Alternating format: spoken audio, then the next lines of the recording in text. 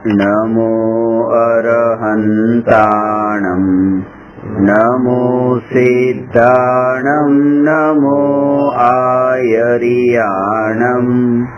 नमो उवज्जायाणं नमो लोये सव्वसाहूणम्।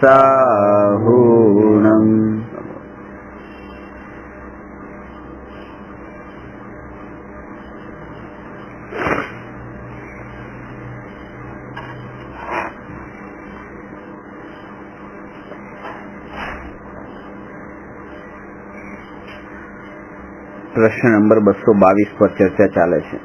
जीव तत्व एटले शुं? एना पर सामान्य चर्चा गई काले करी कि समस्त परद्रव्योथी सर्वथा भिन्न अने पोतानी पर्यायथी कथनचित भिन्न। परद्रव्यथी सर्वथा भिन्न अने पर्यायथी कथनचित भिन्न एवो जे आत्मा, ए आत्मा दृष्टिनो विषय छे के जे एक छे, अखंड छे, अभेद छे ने छेल्ले ए पण चर्चा करी थी एकाकार छे।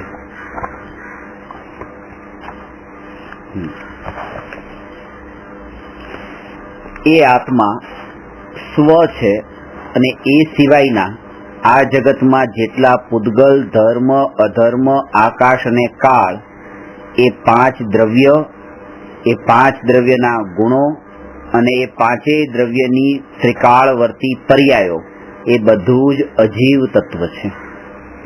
साथे साथे आ जगतमां पोताना आत्मा सिवायना जेटला पण परजीव छे एना बधाना गुणो अने एनी अनंतानंत त्रिकाळवर्ती पर्यायो ए पण अजीव तत्व छे।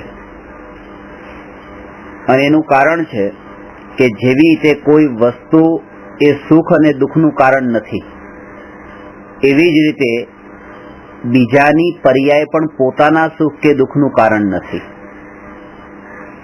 महावीर भगवान शास्त्र में आवे छे के मोक्ष प्रगट थता आनंद प्रगटे छे। मोक्ष तत्व आनंददायक छे, ए निराकुल छे, ए सुखदायक छे, एवा घणा बधा विशेषणो मोक्षना संबंधमां आवे छे। हवे महावीर भगवाननो जे मोक्ष छे ए मोक्ष जो खरेखर मारा माटे मोक्ष तत्व होय तो ए मोक्ष तो थई चुक्यो छे, मळी चुक्यो छे, तो मने आनंद थोड़ो तो अंशे आववो जोईए पण आनंद नथी आवतो। એટલા માટે કે જેમ અહીંના પડેલા જે પદાર્થો, ભૌતિક પદાર્થો છે એ મને સુખ આપતા નથી, એવી જ રીતે મહાવીર ભગવાનને પ્રગટ થયેલો મોક્ષ પણ મને સુખ આપતો નથી। એટલા માટે જે કેટેગરીમાં અહીંના પૂતગલોને રાખવામાં આવ્યા છે એ જ કેટેગરીમાં મહાવીર ભગવાનના મોક્ષને પણ રાખવામાં આવ્યો છે, અજીવ તત્વમાં રાખવામાં આવ્યો છે। અને આ બંને વાત બતાવે છે કે આ સ્વ અને પર, કારણ કે જે દ્રષ્ટિનો વિષયભૂત જે આત્મા છે એ સ્વ અને એ સિવાયનું જે આખું જગત છે એ પર। અસ્થિ અને નાસ્તિની બંનેની વાત અહીંયા કરવામાં આવી છે કે હું આ છું અને આ નથી। અને જ્યારે એક વાક્ય આપણે બોલીએ છીએ કે હું આ છું પછી નથી વાળું વાક્ય બોલવાની શું જરૂર છે? કે નથી વાળું વાક્ય પણ એની પણ જરૂર છે। જે આપણે પેલા વાત કરી હોય કે કોર્ટના અંદર પણ જે ત્યાં ગીતા રાખવામાં આવે અને એને હાથ કે ગીતા પર હાથ રાખીને બોલ તો કે છે कि मैं जो कहूंगा सच कहूंगा, सच के सिवा और कुछ नहीं कहूंगा। तो जયારે એને એક વાક્ય કીધું કે જો કહુંગા સચ કહુંગા તો એના અંદર તો આવી ગયું કે હવે ખોટું નહીં કહું, પણ તો એ બીજું પણ બોલે છે। જો કહુંગા સચ કહુંગા એટલે અસ્તિ, આ પોઝિટિવ સેન્ટેન્સ, અને સચ કે સિવા और कुछ नहीं कहूंगा એટલે નેગેટિવ સેન્ટેન્સ। આ બંનેની જરૂર છે। તો એવી રીતે કે હું આ જીવ છું એટલું ખાલી જાણી લેવાથી લાભ નથી, પણ આ આખું જગત છે એ હું નથી એને પણ જાણવાની એટલી જ જરૂર છે। પણ પ્રાયોરિટી કોની છે? કે પહેલા વાક્યની પ્રાયોરિટી છે કે મેં જો કહુંગા સચ કહુંગા, એટલે હું આત્મા છું એ વસ્તુની અહીંયા પ્રાયોરિટી છે, એટલે જીવ તત્વને અહીંયા પહેલા ક્રમે રાખ્યું છે। ગઈકાલે એની એકાકારની ચર્ચા થોડી કરેલી કે આ જે દ્રષ્ટિનો વિષયભૂત જે જીવ તત્વ છે એ એકાકાર છે. એકાકાર છે એટલે કે જ્ઞાનાકાર છે, એ જ્ઞેયાકાર નથી. અનેક જ્ઞેયોને જાણીને પણ પોતે અનેકરૂપ થતો નથી, અને જ્ઞેય અનેક જ્ઞાનમાં ગયા હોવા છતાં પણ જ્ઞેય પણ અનેકરૂપ થઈ જતા નથી. આ બે વાત સમજવાની. પહેલી વાત કે અનેક જ્ઞેયોને જાણીને આત્મા અનેકાકાર થઈ જતો નથી. એનું જ્ઞાન જે છે એ જ્ઞાન કોઈ પણ જ્ઞેયને જાણે તો એ જ્ઞાનનું મૂલ્ય વધતું કે ઘટતું નથી. એ દરેક જ્ઞાનની અવસ્થા પોતે એક સરખી રહે છે.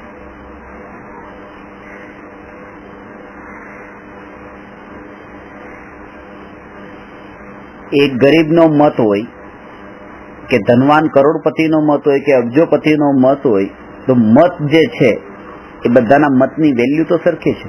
ભલે આમ બાહ્ય દ્રષ્ટિએ એમાં ફરક હોય કે કોઈ 1000પતિ છે, કોઈ લખપતિ છે, કોઈ કરોડપતિ છે, કોઈ અબજોપતિ છે, પણ મતની વેલ્યુ દરેકની એક સરખી છે.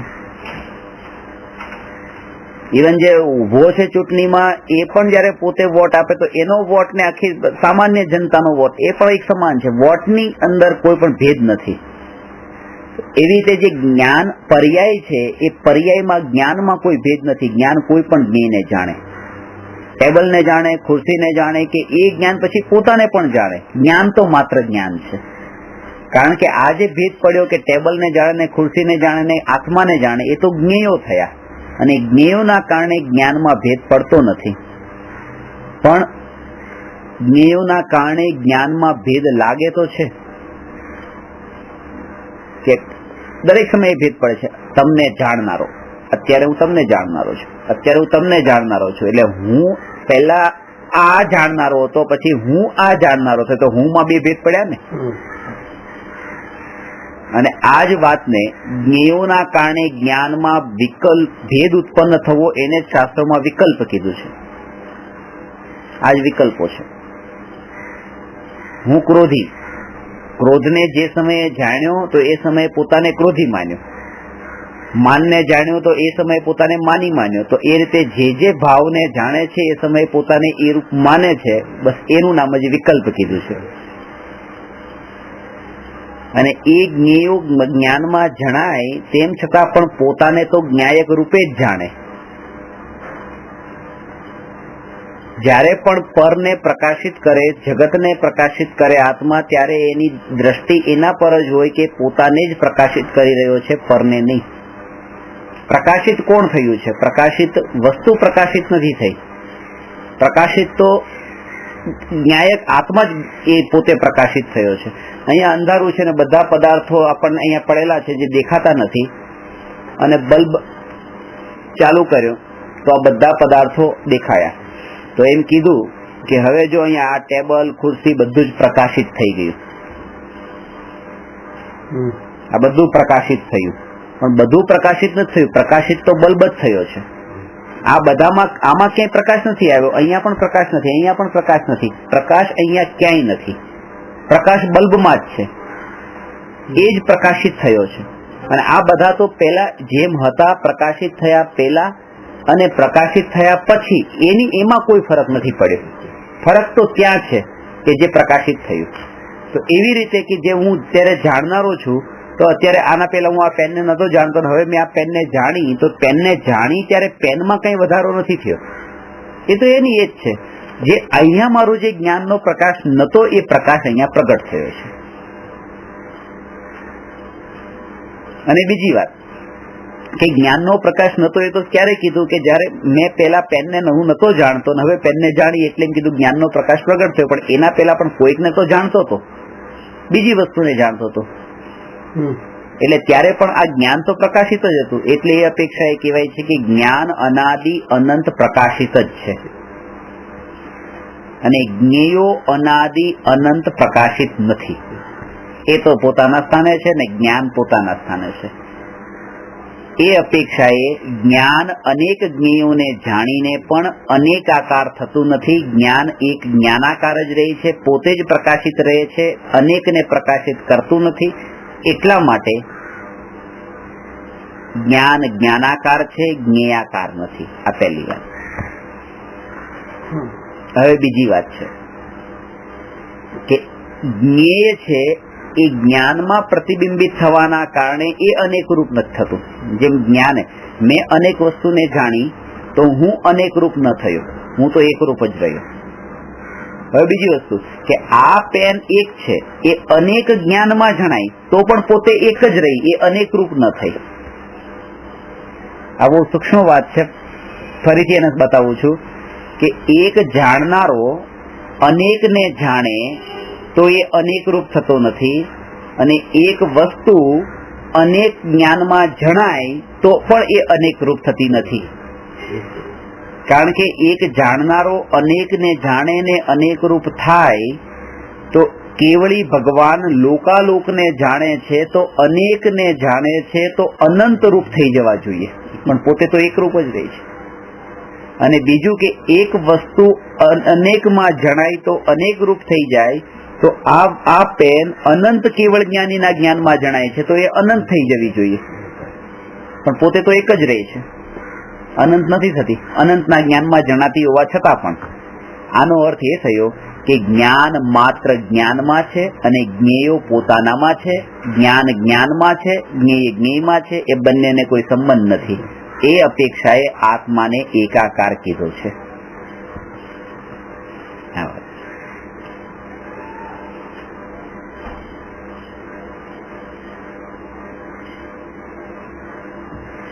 એ આત્મા અખંડ અને અભેદ,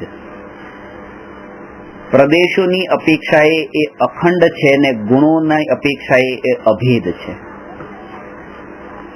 આ વાત પણ સમજવાની છે કે આત્મા એક છે, એના પ્રદેશો અસંખ્ય છે અને ગુણો અનંત છે. પ્રદેશ અસંખ્ય છે અને ગુણો અનંત છે.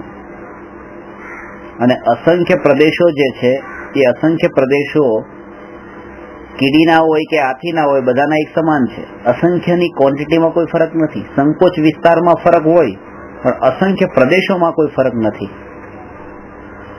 લોક પ્રમાણ એવા કેવળી ભગવાન, જે કેવળી સમુદ્ઘાતના કાળે કેવળીનો આત્મા આખા લોક પ્રમાણ થાય છે, સ્પ્રેડ થઈને. એ કર્મની જે સ્થિતિ છે, આયુ કર્મની અને બાકીના 3 કર્મ, વેદનીય, નામ અને ગોત્ર, એની ઇક્વલ થાય એના માટે એ લોકના અંદર બધા પ્રદેશોમાં એ આત્મા સ્પ્રેડ થાય છે. એને કેવળી સમુદ્ઘાત કહેવાય છે. આત્મા શરીરની બહાર નીકળે છે, શરીર શરીરમાં જ હોય. અત્યારે પણ અહીંયા બેઠા છીએ અને અહીંયાથી આત્મા બહાર નીકળે થોડો, એવું બની શકે. એનું નામ શાસ્ત્રમાં સમુદ્ઘાત કીધું છે કે મૂળ શરીરને છોડ્યું ન હોય. શરીરના અંદર તો આત્મા હોય જ, પણ શરીરની બહાર પણ એક્સ્ટ્રા પણ નીકળેલો હોય, એવી આત્માની સ્થિતિનું નામ સમુદ્ઘાત છે. આગળ પ્રકરણ આવશે તો સમુદ્ઘાતનો જે પૂછ હોય બસ એ જ. પણ એ સમુદ્ઘાત છે એ બધા નહીં કરી શકે. ના, બધા ના, એ તો એની યોગ્યતા. અલગ અલગ એવા 7 પ્રકારના સમુદ્ઘાત હોય છે. એમ ગરોળીની પૂંછડી છે તો ગરોળીની પૂંછડીને કપાતા, એવી રીતે જેમ અહીંયા પૂંછડીમાં પણ આત્મા છે, ગરોળીના શરીરમાં પણ આત્મા છે. તો એવું નથી કે આત્માના 2 ટુકડા થઈ ગયા છે. આત્મા તો એક જ છે, ખાલી એ સ્પ્રેડ થયો છે. એ વચ્ચેનો જે સ્પેસ છે પૂંછડી અને શરીર વચ્ચેનો, ત્યાં પણ આત્મા તો છે જ. બસ એ ત્યાં જે આત્મા છે બસ એ સમુદ્ઘાત છે. એટલે વેદના સમુદ્ઘાત, કષાય સમુદ્ઘાત, મારણાંતિક સમુદ્ઘાત, કેવળી સમુદ્ઘાત, આ 7 પ્રકારના સમુદ્ઘાત હોય છે. પણ કહેવાનો અર્થ એ છે કે આત્મા લોક પ્રમાણ થાય તો પણ અસંખ્યાત પ્રદેશી છે, અને નિગોદની પર્યાયમાં હોય તો પણ અસંખ્યાત પ્રદેશી છે. અસંખ્ય પ્રદેશ હોવા છતાંય આત્મા અસંખ્ય રૂપ નથી થતો, એક રૂપ રહે છે. અહીંયા એ વાત સમજવાની છે. ત્યાં પ્રદેશનો ભેદ નથી રહેતો. ત્યાં પ્રદેશનો ભેદ નથી. એ પ્રદેશનો ભેદ તો આપણને ઉત્પન્ન થાય છે એટલે જ એને વિકલ્પ કીધો છે, બાકી ત્યાં પ્રદેશનો ભેદ નથી. ભારત દેશ અનેક પ્રદેશોમાં વિભાજિત છે. તો ભારતમાં અનેક પ્રદેશ છે કે નહીં? કે માનો કે ભારતમાં 30 રાજ્ય છે, તો 30 રાજ્યમાં 30 પ્રદેશોમાં ભારત વિભાજિત છે. પણ જ્યારે આપણે સૂક્ષ્મ દ્રષ્ટિએ જોઈએ તો એ 30 પ્રદેશોમાં કોઈ પણ પ્રદેશ ઉપર તમે હો તો એ દરેક પ્રદેશ ઉપર ભારત છે. ગુજરાતનો પ્રદેશ હોય કે રાજસ્થાન હોય કે મહારાષ્ટ્ર હોય, ભારત તો છે જ. તો જ્યારે ભારતના દ્રષ્ટિકોણથી જોઉં છો ત્યારે આ બધા પ્રદેશો પછી એમાં કોઈ ભેદ નથી, બધા જ ભારત છે. એટલે અનેક પ્રદેશ છે કે નહીં કે છે એ વાત સાચી છે, પણ જ્યારે આ દ્રષ્ટિથી જોઈએ છે ત્યારે તો પછી એક જ છે. અનેક પ્રદેશ વાળો હોવા છતાં પણ એ દેશ એક છે. એવી રીતે આત્મા અસંખ્ય પ્રદેશ વાળો હોવા છતાં પણ એ એક અખંડ દ્રવ્યની અપેક્ષાએ તો એક જ છે. અને એનું જે વેદન છે એ વેદન પણ સમસ્ત પ્રદેશોમાં છે. હાથમાં જયારે સુઈ વાગે છે તો જે જગ્યાએ આપણને વાગીને આ કટ થયું ને તો દુઃખ અહીંયા નથી થતું, દુઃખ એ પ્રદેશ ઉપર નથી થતું. આત્મા બધા પ્રદેશોના અંદર ત્યાં દુઃખનું વેદન થાય છે. કારણ કે અહીંના પ્રદેશોમાં અહીંયા દુઃખ થાય અને મોઢામાં મીઠાઈ હોય ત્યાં સુખ થાય, તો એક સમયના અંદર બધી અલગ અલગ પ્રદેશમાંથી અલગ અલગ પ્રકારના ભાવોનો અનુભવ કરે. એનો તો ઉપયોગ જ એક સમયમાં એક જગ્યાએ જાય છે. એટલે જયારે એનું અટેન્શન જયારે અહીંયા ગયું છે ત્યારે તો ત્યાં બાકીના શરીરની કોઈ પણ સ્થિતિમાં એનું અટેન્શન નથી. એના દરેકે પ્રદેશમાં એને દુઃખનું વેદન થાય છે. મીઠાઈ મોઢામાં મૂકતા જે આનંદનું વેદન થાય છે જીભમાં નથી થતું. અહીંયા જ્યાં પણ આ આત્મા બધે આખા શરીરમાં વ્યાપ્ત છે, આખા આત્મામાં આનંદની અનુભૂતિઓ થાય છે. તે પકડમાં નથી આવતો. આપણને આપણી દ્રષ્ટિ ઇન્દ્રિયો ઉપર છે, મીઠાઈ પર છે, જીભ પર છે, એટલા માટે આપણને અહીંયા જ મીઠું મીઠું લાગે છે.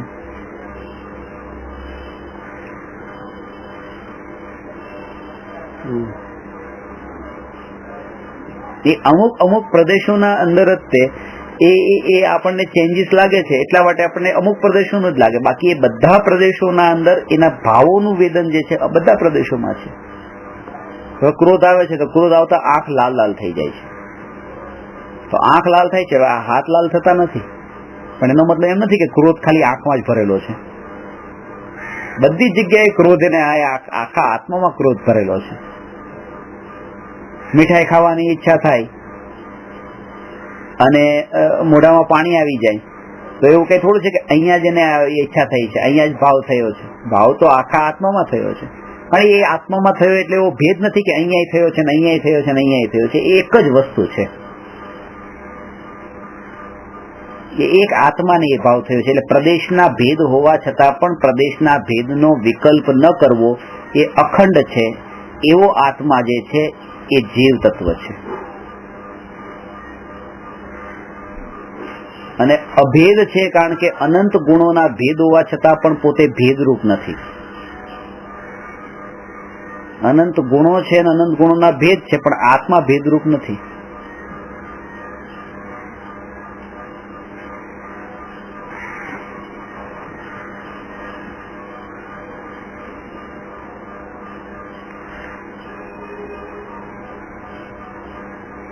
ભારતે કીધું છે કે અમે પણ હવે પરમાણુ બોમ્બ બનાવશું. તો ભારતે કીધું કે પરમાણુ બોમ્બ બનાવશું, તો ભારતના અંદર આખું ભારત તો કેવા નતું ગયું કે અમે બનાવશું. ભારતમાં તો હવે 125 કરોડ લોકો રહે છે, તો બધા તો બોલતા નથી કે અમે પરમાણુ બોમ્બ બનાવશું. ને ભારત કોઈ ખાલી એક વ્યક્તિનું નામ ભારત નથી. મનમોહન સિંહ એક બોલે અને એમ કહેવાય કે ભારતે કીધું છે કે અમે પરમાણુ બોમ્બ બનાવશું. બોલનાર તો એક છે, પણ જયારે એ બોલે છે ત્યારે એના અંદર આખું ભારત અભેદ રૂપે છે. એમાં ભેદ નથી. બધા વચ્ચે બોલે, બધાનું એકપણું છે. એમાં આખું ભારત આવી જાય છે એમાં. એટલે જયારે આપણે એમ કહીએ કે આત્મા, તો આત્મા કહેતા ખાલી એક જ્ઞાન નહીં, દર્શન નહીં, સુખ નહીં, અનંત ગુણોનો પિંડ એ આત્મા. આત્મા શબ્દમાં જ બધું ગર્ભિત છે. એકમાં અનેકનું એકપણું જે છે ત્યાં એવો ભેદ નથી, ત્યાં વિકલ્પ નથી.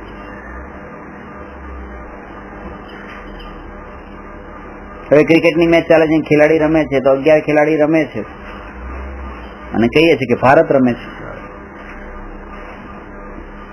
બાકીના બધા તો રમતા જ નથી.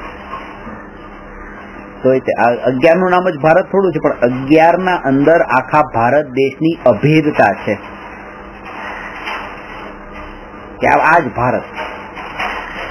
અને એ 11 માં પણ 9 તો બેઠા જ છે અંદર સ્ટેડિયમમાં, પેવેલિયનના અંદર. રમનારા તો 2 જ છે ને, એ 2 માં જ એમ કહેવાય છે કે આ ભારત રમે છે. અને 2 માં પણ એક તો બીજી બાજુ શાંતિથી જ ઉભો છે, રમનારો તો એક જ છે. અને એ જયારે એક રમતો હોય ત્યારે એમ કહેવાય છે કે આ ભારત રમે છે. એ એકના અંદર આખા ભારતની અભેદતા. એવી રીતે એક એક ગુણ જયારે કીધું ને, જ્ઞાન, દર્શન, સુખ, તો એ બધાના અંદર આખા અનંત ગુણોની અભેદતા સમજવાની. એવું નહીં થાય કે એક ગુણ પ્રકટ છે ને આત્મા કહેવાય. એક ગુણના આત્મા ન કહેવાય, પણ એક ગુણના અંદર અનંત ગુણોની અભેદતા ગર્ભિત છે. પણ દ્રષ્ટિમાં એક ગુણ છે. હા, એમ કહેવાય. દ્રષ્ટિમાં એક ગુણ, એને એ રીતે કે એક પ્લેયર ખેલી રહ્યો છે, જ્યારે તમે એમ કહો કે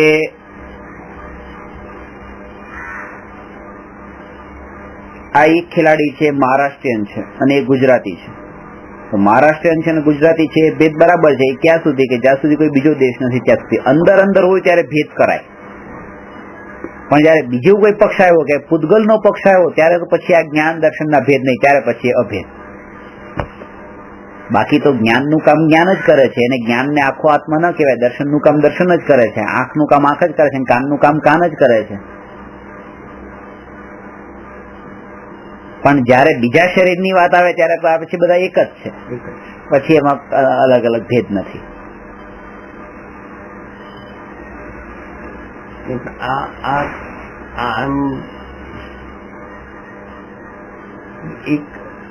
એક ગુણ પકડમાં આવે છે, 2 ગુણ એટ એ ટાઈમ પકડમાં છે.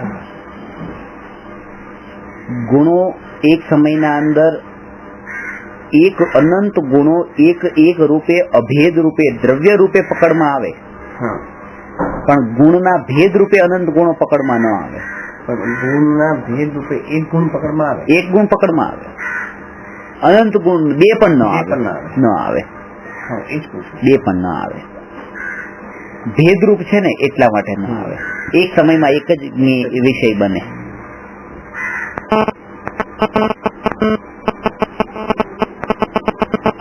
એટલે જયારે આપણે આમ જોઈએ છીએ કે ગોળ છે તો ગોળ પીળો પણ છે, મીઠો પણ છે, સુગંધિત છે, ચીકણો છે.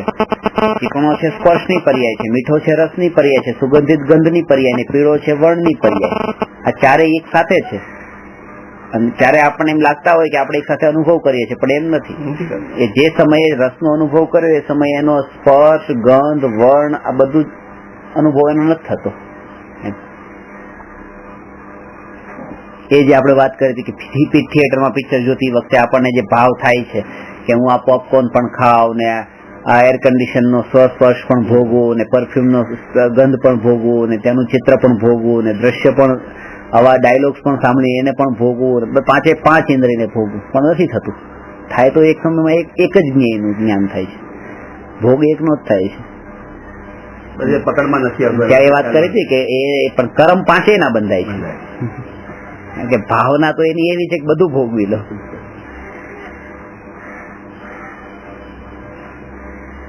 એટલા માટે તો જૈન દર્શનમાં કીધું કે 2 કામ એક સાથે ન કરવા. ખાતા રીતે ટીવી નહીં જોવું કે ખાતી વખતે આ નહીં કરવું, કારણ કે 2 તમે અમે કરી શકતા નથી, ખોટા કર્મ માનો છો.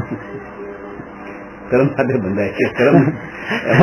કર્મ મારા પરથી નથી બતાવતા, પેલા નથી.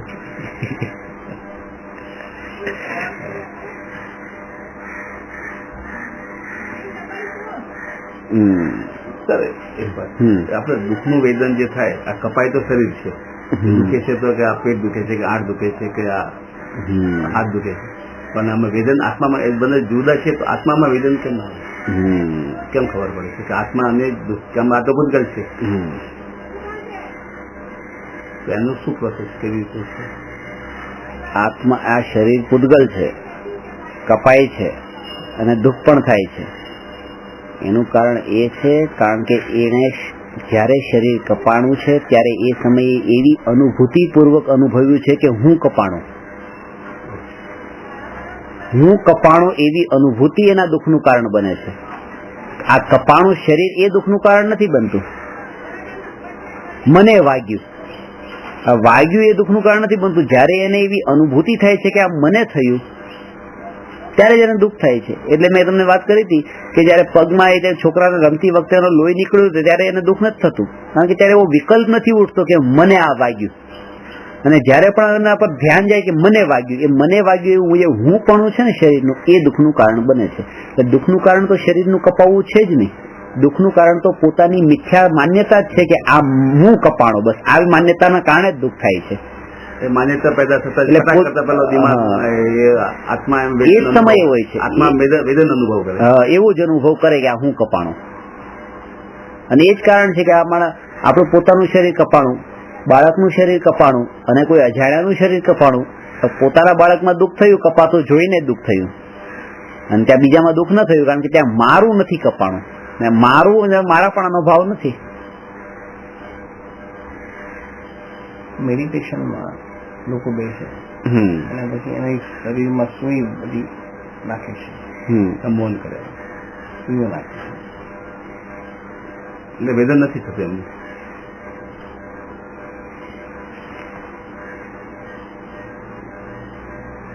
હોઈ શકે એ તો એ જે શરીરની સ્થિતિ પર ધ્યાન ન જવું ને શરીર તરફ દ્રષ્ટિ ન જવી, એ તો હઠયોગીઓ પણ કરતા હોય છે બધી વિદ્યાઓ સાધીને. પણ આત્માનું લક્ષ્ય હોવું એ મહત્વનું છે. એ બરોબર છે, એવું પોસિબલ છે. કઈ ક્રિયા છે કે ભાઈ આ જેવી રીતે તમે અમુક દર્શન ધર્મોમાં જોવું ને તો એવી રીતે શરીરને, પોતાના શરીરને પીડા પહોંચાડે, કષ્ટ પહોંચાડે, એ લોકોને એનું દુઃખ ન થાય. આ પાછળથી એવી રીતે પોતાના શરીર પર આવી રીતે કરીને આંકડાથી ઊંચા કરેલા હોય ને એ બધું. આ મુસ્લિમો તો એ ત્યાં રમજાનમાં કરે છે ને, તાજે પોતાના શરીરને એ રીતે ચીરી નાખે છે, કઈ નથી થતું. એક પ્રકારની તમારું શ્રદ્ધાનું સમર્પણ જ્યાં હોય ને ત્યાં તમને એ દુઃખ ન દેખાય. શ્રદ્ધા તમારી એટલી હોય ત્યારે તમારું અટેન્શન જ એના તરફ ન જાય. એટલે આ પ્રૂવ થઈ ગયું ને કે શરીરને નથી થતું, જે થાય આત્માને અનુભવથી જ થાય છે. અનુભવ એ વખતે એને અનુભવ કર્યો કે મન નથી થયું, એને નથી થયું, એને દુઃખ ના થયું, વેદન ના થયું. શ્રદ્ધા મારાપણું જે છે ને એક જ વસ્તુ છે, બીજા પડખામાં આત્મા જોઈએ. કેટલો ભાવ આ ત્યાં ઉપરથી નીચે ઉતર્યા, 3 દાદરા નીચે ઉતર્યા છે ને આપણું પાકીટ ના ઘરે ભૂલી ગયા છીએ, તો પાછા ઉપર ચડ્યા. એવું લાગ્યું જ નહીં કે મેં કઈ ઉપકાર કર્યો. અને નીચે ઉતર્યા અને ખિસ્સામાં પૈસા નતા, ભિખારીએ કીધું 2 રૂપિયા આપો ને આપણે ઉપર ચડ્યા અને પાછા લઈને આવ્યા અને એને 2 રૂપિયા આપ્યા. એમ લાગ્યું જો મેં કઈ કેટલું કામ કર્યું, એના માટે સ્પેશિયલ ચડ્યો. ત્યાં કેટલો કર્તૃત્વનો ભાવ ઉભો થાય છે, કેવો અહંકાર ભાવ ઉભો થાય છે. કારણ કે ત્યાં બીજાના માટે, ત્યાં મારું કઈ હતું નહીં, મારું નતું, ત્યાં અહંકાર થયો. આ તો મારા માટે કર્યું છે. ત્યાં શ્રદ્ધા સમર્પિત હોય છે, ત્યાં દુઃખ નથી દેખાતું. જ્યાં શ્રદ્ધા હોય છે, જ્યાં મારાપણું હોય છે, જ્યાં પોતાનું અહમપણું હોય છે કે આ હું છું, ત્યાં પછી એને દુઃખ નથી લાગતું. ને એ જ કારણ છે ત્યાં પણ એ ક્રિયામાં એ જ પ્રોસેસ થતો હશે. આજ મારાપણનો ભાવ કાઢી નાખે એ પર્ટિક્યુલર વસ્તુ માટે, પર્ટિક્યુલર આગ ઉપર ચાલે કે પર્ટિક્યુલર વસ્તુ માટે એ ટાઈમમાં તો એ પ્રૂવ થઈ ગયું કે આ વેદન આત્માને નથી થતું, ભાવોને વેદન થાય. અને બીજું કંઈક એની પાછળ પણ એને લક્ષ્ય કંઈક બીજું હોય, તો એ સમયે એના ઉપર ચાલવા પણ તૈયાર થઈ જાય છે. લક્ષ્યની શ્રદ્ધા એવી હોય ને, બિલીફ. હવે એક આતંકવાદીને કીધું કે ભાઈ તું આવી રીતે બધાને ગોળીઓ માર, તું છે ને જન્નતમાં જઈશ. હવે એનું શ્રદ્ધા જેવી કરાવી દીધી તો હવે તો એ કરવાનો જ છે. જેમ આગ ઉપર ચાલવાની વાત, તો ફાયરિંગ કરવા સામે તૈયાર થઈ ગયો, ખબર છે કે હમણાં પોતાને મારે છે, બ્લાસ્ટ કરીને, ખબર છે કે મરવાનો જ છું. વર્લ્ડ ટ્રેડ સેન્ટરમાં ખબર છે કે વિમાન લઈને ઘૂસે છે તો મરવાનો જ છે, ખબર જ છે. હવે આટલી આવી હિંમત ક્યારે આવી એનામાં? કારણ કે એને એવી રીતે બ્રેઇન વોશ કર્યું કે ભાઈ તું આવી રીતે કરીને આમ કરીશ તો તારું આમ થશે. એક જ વારનું દુઃખ છે, ત્યાં આનંદ સુખ છે તારે. હા, બસ એમને એવી રીતે તૈયાર કરે. મોક્ષ નું સુખ કેવી રીતે છે, આનંદ સુખ છે, એવી રીતે એમને એમ બતાવે કે ત્યાં આનંદ સુખ છે ભાઈ, તારે પછી ટળી જશે તું. હું એટલું તો માનું છું કે આપણે એના જેવાય નથી, કારણ કે એને કીધું કે ભાઈ ચાર છૂટે કોશિશ કરી, આપણે નથી કરતા. આપણને બતાવવામાં આવે કે મોક્ષમાં તો એ જીવ ક્યારે પણ થાય તો આવું પુરુષાર્થ કરી શકે, આ મોક્ષમાં જવાનો હિંમત છે એ જીવમાં એટલે તાકાત છે, બલ છે. એ તો રાઈટ ડાયરેક્શન નતું. હા, ડાયરેક્શન નથી હોય તો એ કરી શકે, ગમે તેવા પરીક્ષા સહન કરી શકે. મોટા ભાગે એ જ હોય છે, જેની પાસે હિંમત હોય છે ઊંધા રસ્તે હોય છે, જેને સીધા રસ્તે ચાલે છે એની હિંમત નથી. હિંમત હોય એ જ ઊંધા રસ્તે ચાલી શકે, નહીં તો કેવી રીતે ચાલે છે? આપણા જેવાને કીધું કે ગોળી ચાલે જવું, બેસાડે નહીં જવું, આપણે બહાર પણ ના જવું, જોવા જ નથી. એક મારા સ્ટુડન્ટ હતા, એ જૈન, ત્યાં છે ને કારગિલમાં, ત્યાં તે બોર્ડર પર સૈનિક હતા. અચ્છા. તો એમને પૂછતું કે આપણા જૈન ધર્મમાં તો હિંસાની ના પાડી, તમે કેવી રીતે કરતા હશે? અને કે ના કે હું તો બી જતો તો ડરી જતો તો સન છુપાઈ જાવ ને ગોળી મારું પછી આમ આવી જાવ, આપણે તો મારીએ નહીં કે કોઈ જીવ. ગયો કેવી રીતે? 5 વર્ષ નોકરી કરી ત્યાં કારગિલ ઉપર, જયારે આ યુદ્ધ કારગિલ થયું હતું ને ત્યારે. અને અમે બિલકુલ ભગત માણસ, અમે કેવી રીતે રાખી દીધા, કેવા નથી જવું કે બસ 5 વર્ષ કર્યું કામ. એને ભાવ જ ના આવે હિંસાનો. જ્યાં એકત્વનો ભાવ હોય ને ત્યાં એને દુઃખ ન લાગે, એને કોઈ અહંકાર ન આવે, એને એમ લાગે જ નહીં કે આ તો બસ જે કઈ કરું છે એમાં શું છે, મારા માટે કરું છું. કોઈ આપણને આમ વચમાં પગ મૂકીને આપણે પડી નાખે ચાલતા ચાલતા વાગી જાય, ને એક આપણે પોતે પડી જાય, એમાં લાગે છે જાતે. એમાં દુઃખમાં પણ ફરક છે. દુઃખ એમ પોતાના ઉપર આવી ગયું છે ને એટલે બસ ત્યાં પછી તો આવી તો ભૂલ થાય. પોતાના પેલું આવે છે, એક શેઠ છે એના પગમાં કાચનો ગ્લાસ આવીને ફૂટી ગયો, કઈ નથી તો દુઃખ તો ન થયું, પણ તરત જ સર્વન્ટને બોલાવ્યું અને કીધું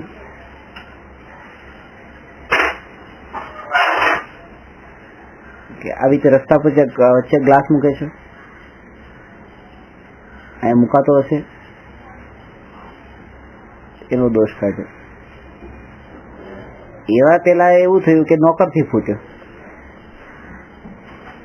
તરત જ કીધું જોઈને જ ચાલતો, જોઈને ચાલવું જોઈએ ને. તો જયારે નોકરથી ફૂટે છે ત્યારે એને એમ કહે છે કે તારે જોઈને ચાલવું જોઈએ, જયારે પોતાનાથી ફૂટે છે ત્યારે કહે છે કે અહીંયા વચ્ચે કેમ મૂક્યો. અને ત્રીજી વાર એવું થયું કે પોતે જ મૂક્યો, પોતાનાથી જ ફૂટ્યો, તો પાછો નોકરને બોલાવ્યો કે આ ગ્લાસ કે શેઠ ગાતો તમે મૂક્યો તો. ભલે મેં મૂક્યો તો તારે ઉપાડ લેવો જોઈએ ને. તો પણ કારણ કે દ્રષ્ટિ તે કેમ આમ કર્યું, બસ કોઈના પર દોષ મૂકવું. તીવ્ર ક્રોધની પરાકાષ્ઠામાં એને પોતાના દોષ બિલકુલ નથી દેખાતા, અને એ જ કારણ છે કે એ ક્રોધના સમયે કે કશાયના સમયે પોતાના દોષોને જોતો નથી, એટલે જે ખરેખર કશાય દૂર થવા જોઈએ થતા પણ નથી.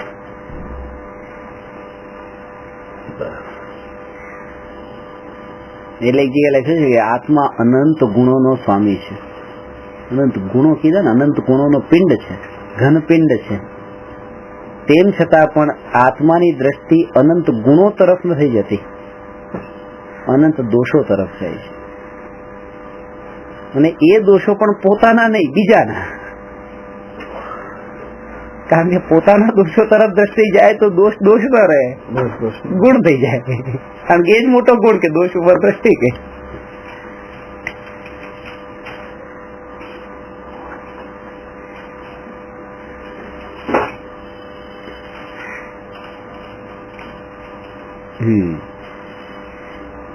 એટલે એ અહીંયા વિશેષતા બતાવી જીવ તત્વની, કે જીવ તત્વ જે દ્રષ્ટિનો વિષય છે એમાં પર્યાય નથી.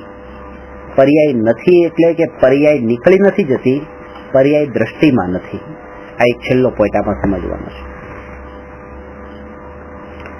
દ્રવ્યને પર્યાયથી જુદું કરી શકાતું નથી, દ્રવ્યને પર્યાયથી જુદું જાણી શકાય છે, દ્રષ્ટિમાં લઈ શકાય છે.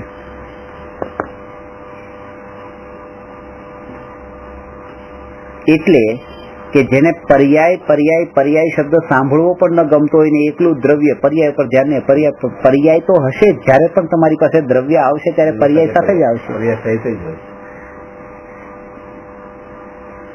પર્યાય સાથે જોવાનું છે ને પર્યાયથી જુદું જોવાનું છે. હશે પર્યાય સાથે. એ સોનાની વીટી, એ સોનું વીટીની પર્યાય સાથે જ આવશે, એ બંગડીની પર્યાય સાથે આવશે. કોઈને કોઈ એની અવસ્થામાં પડ્યું હશે, રસ્તામાં જતા સોનું પડ્યું છે, કોઈને કોઈ અવસ્થામાં જ હશે, તો અવસ્થા વગરનું સોનું હશે જ નહીં. પણ હવે તમારે શું કરવાનું છે કે જ્યારે પણ જો એને તમારે લેવું હોય તો એને એ પર્યાયથી જુદું જો કે આ સોનું છે એટલું માત્ર જો. ત્યાં પછી પર્યાયનો મોહ નહીં રાખો, નહીં મારે તો વીટીની જરૂર હતી, હું ક્યાં બંગડી પહેરું છું, ભલે પડ્યું એમ નહીં. ત્યાં પછી એ બંગડીને વીટીને બધું ગૌણ, ત્યાં તો સોનું જ દ્રષ્ટિમાં છે એટલા માટે સોનાને લઈ લે છે. પછી એ વીટી હોય બંગડી હોય એને ફરક નથી પડતો. એટલે પર્યાયની સાથે હોવા છતાં પણ પર્યાયથી જુદું જ એ દ્રષ્ટિમાં લે છે.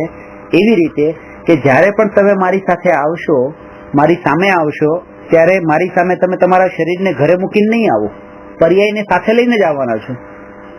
તમારા રાગ દ્વેષને ત્યાં મૂકીને નહીં આવો, સાથે લઈને જ આવશો. તો જ્યારે પણ દ્રવ્ય સામે આવશે ત્યારે પર્યાય સાથે જ આવશે, પણ પર્યાયથી જુદું એને શુદ્ધ આત્મા તરીકે જોવાનું છે. એનું નામ દ્રવ્ય દ્રષ્ટિ છે. અને આપણી પહેલી કોશિશ એ જ હોય છે, એક કામ કરો તમે થોડા રાગ દ્વેષ ઘટાડી દો ને, તમારા થોડા ક્રોધમાં માલો ઘટાડી દો ને, અરે બીજાને દ્રવ્ય દેખાય, દ્રવ્ય દેખાય. આ રીતે કોઈને દ્રવ્ય આજ સુધી દેખાડવું નથી. અશુદ્ધ પર્યાયના કાળે જ અશુદ્ધ પર્યાયથી જુદો દ્રવ્યનો અનુભવ જેને કર્યો એને શુદ્ધ દ્રવ્ય દેખાણું છે.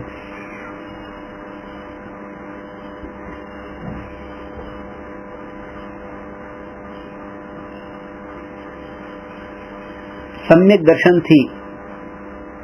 દર્શનથી મહાન કોઈ ધર્મ નથી. ધર્મનું મૂળ સમ્યક દર્શન કીધું છે, અને હિંસાથી મોટો અધર્મ નથી, કારણ કે અહિંસા પરમ ધર્મ કીધો છે, અને હિંસા એ મોટા મોટો અધર્મ કીધો છે. હવે આ શરીરને આત્મા છે, એટલે આ પર્યાય સાથે આત્મા અહીંયા આવ્યો છે. હવે હું એ પર્યાયને દ્રવ્યને જુદા કરી દઉં, એટલે કે આત્માને શરીરને જુદા કરી દઉં, એનો મતલબ શું કે મારી નાખું, એટલે આત્મા અને શરીર જુદા થયા, તો એ હિંસા થઈ ગઈ. દ્રવ્યને પર્યાયથી જુદું કરવાનો મતલબ મોટા મોટો અધર્મ, અને દ્રવ્યને પર્યાયથી જુદો જાણી લેવાનો મતલબ સમ્યક દર્શન, એ મોટા મોટો ધર્મ. વસ્તુ એક જ છે. વસ્તુ એક જ છે. વસ્તુ એક જ નથી, ઘણો ફરક. એટલે વસ્તુ એક જ છે. એટલે આ વસ્તુ પર્યાય ને દ્રવ્ય જે છે એ વસ્તુ ત્યાંની એકની એક છે. એમ એવું નથી કે બીજાનું દ્રવ્ય અને બીજાની પર્યાય. ક્રિયા ને ભાવ, આ ક્રિયા થઈ ગઈ. દ્રવ્ય ને તમે પર્યાયને જુદું કરવું એટલે ક્રિયા થઈ ગઈ. ના, દ્રવ્ય ને પર્યાયને જુદો કરવાનો ભાવ પણ માનો કરી લીધો, ખાલી ક્રિયા નહીં કરી, પણ ભાવ પણ કર્યો ને જુદો કરવાનો, તોય તે હિંસા થઈ ગઈ. ખાસ વસ્તુ એ બતાવું છું. ક્રિયાની વાત છોડો, એ જ હિંસા છે. આ તો દ્રવ્ય હિંસા તો વાત જ છોડો, એની તો હિંસા જ નથી કીધી શાસ્ત્રોમાં. ક્રિયાની વાત જ નથી કરી, કે પણ ભાવ છે કે આ જુદો કરવાનો ભાવ, એ અને અહીંયા જુદો જાણ્યો પર્યાયના દ્રવ્યથી. એટલે એવું નથી કે માનો કે હું મહાવીર ભગવાનના આત્માને તો પર્યાયથી જુદો જાણું, અને તમારા આત્માને જે છે એ અલગ કરવાનો ભાવ કરું, એમ નહીં. એક જ દ્રવ્યમાં બે વાત ઘટિત થાય છે. એમ એક જ દ્રવ્યમાં કે આ શરીર ને આ આત્મા એ બંને એક જ સમયે હોવા સાથે હોવા છતાં પણ એ જુદા છે એ માનવું, અને જુદા કરવાનો ભાવ કરવો. ત્યાં કર્તૃત્વનો ભાવ છે, અહીંયા કરવાનો ભાવ કઈ નથી, છે જુદા છે. જે જુદા છે તો પછી કરવાનો ભાવ આવે કેવી રીતે?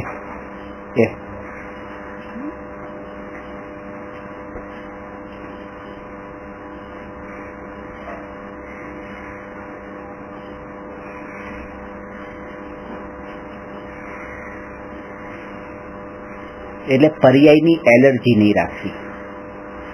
જેને પર્યાયની એલર્જી છે કે પર્યાય જોઈએ જ નહીં, પર્યાય જોઈએ જ નહીં, પર્યાય એમ દુઃખી થાય, એ પામે જ નહીં, પામે જ નહીં. દ્રવ્ય દ્રવ્ય આત્મા શુદ્ધાત્મા શુદ્ધાત્મા, અરે શુદ્ધાત્મા દ્રવ્ય બરાબર છે, પણ એ જયારે પણ તમારી સામે આવશે ત્યારે પર્યાય સાથે જ આવશે. મહાવીર ભગવાનને આજ પર્યાય જ પૂજાય છે ને? પર્યાયની જ પૂજા કરીએ છીએ આપણે.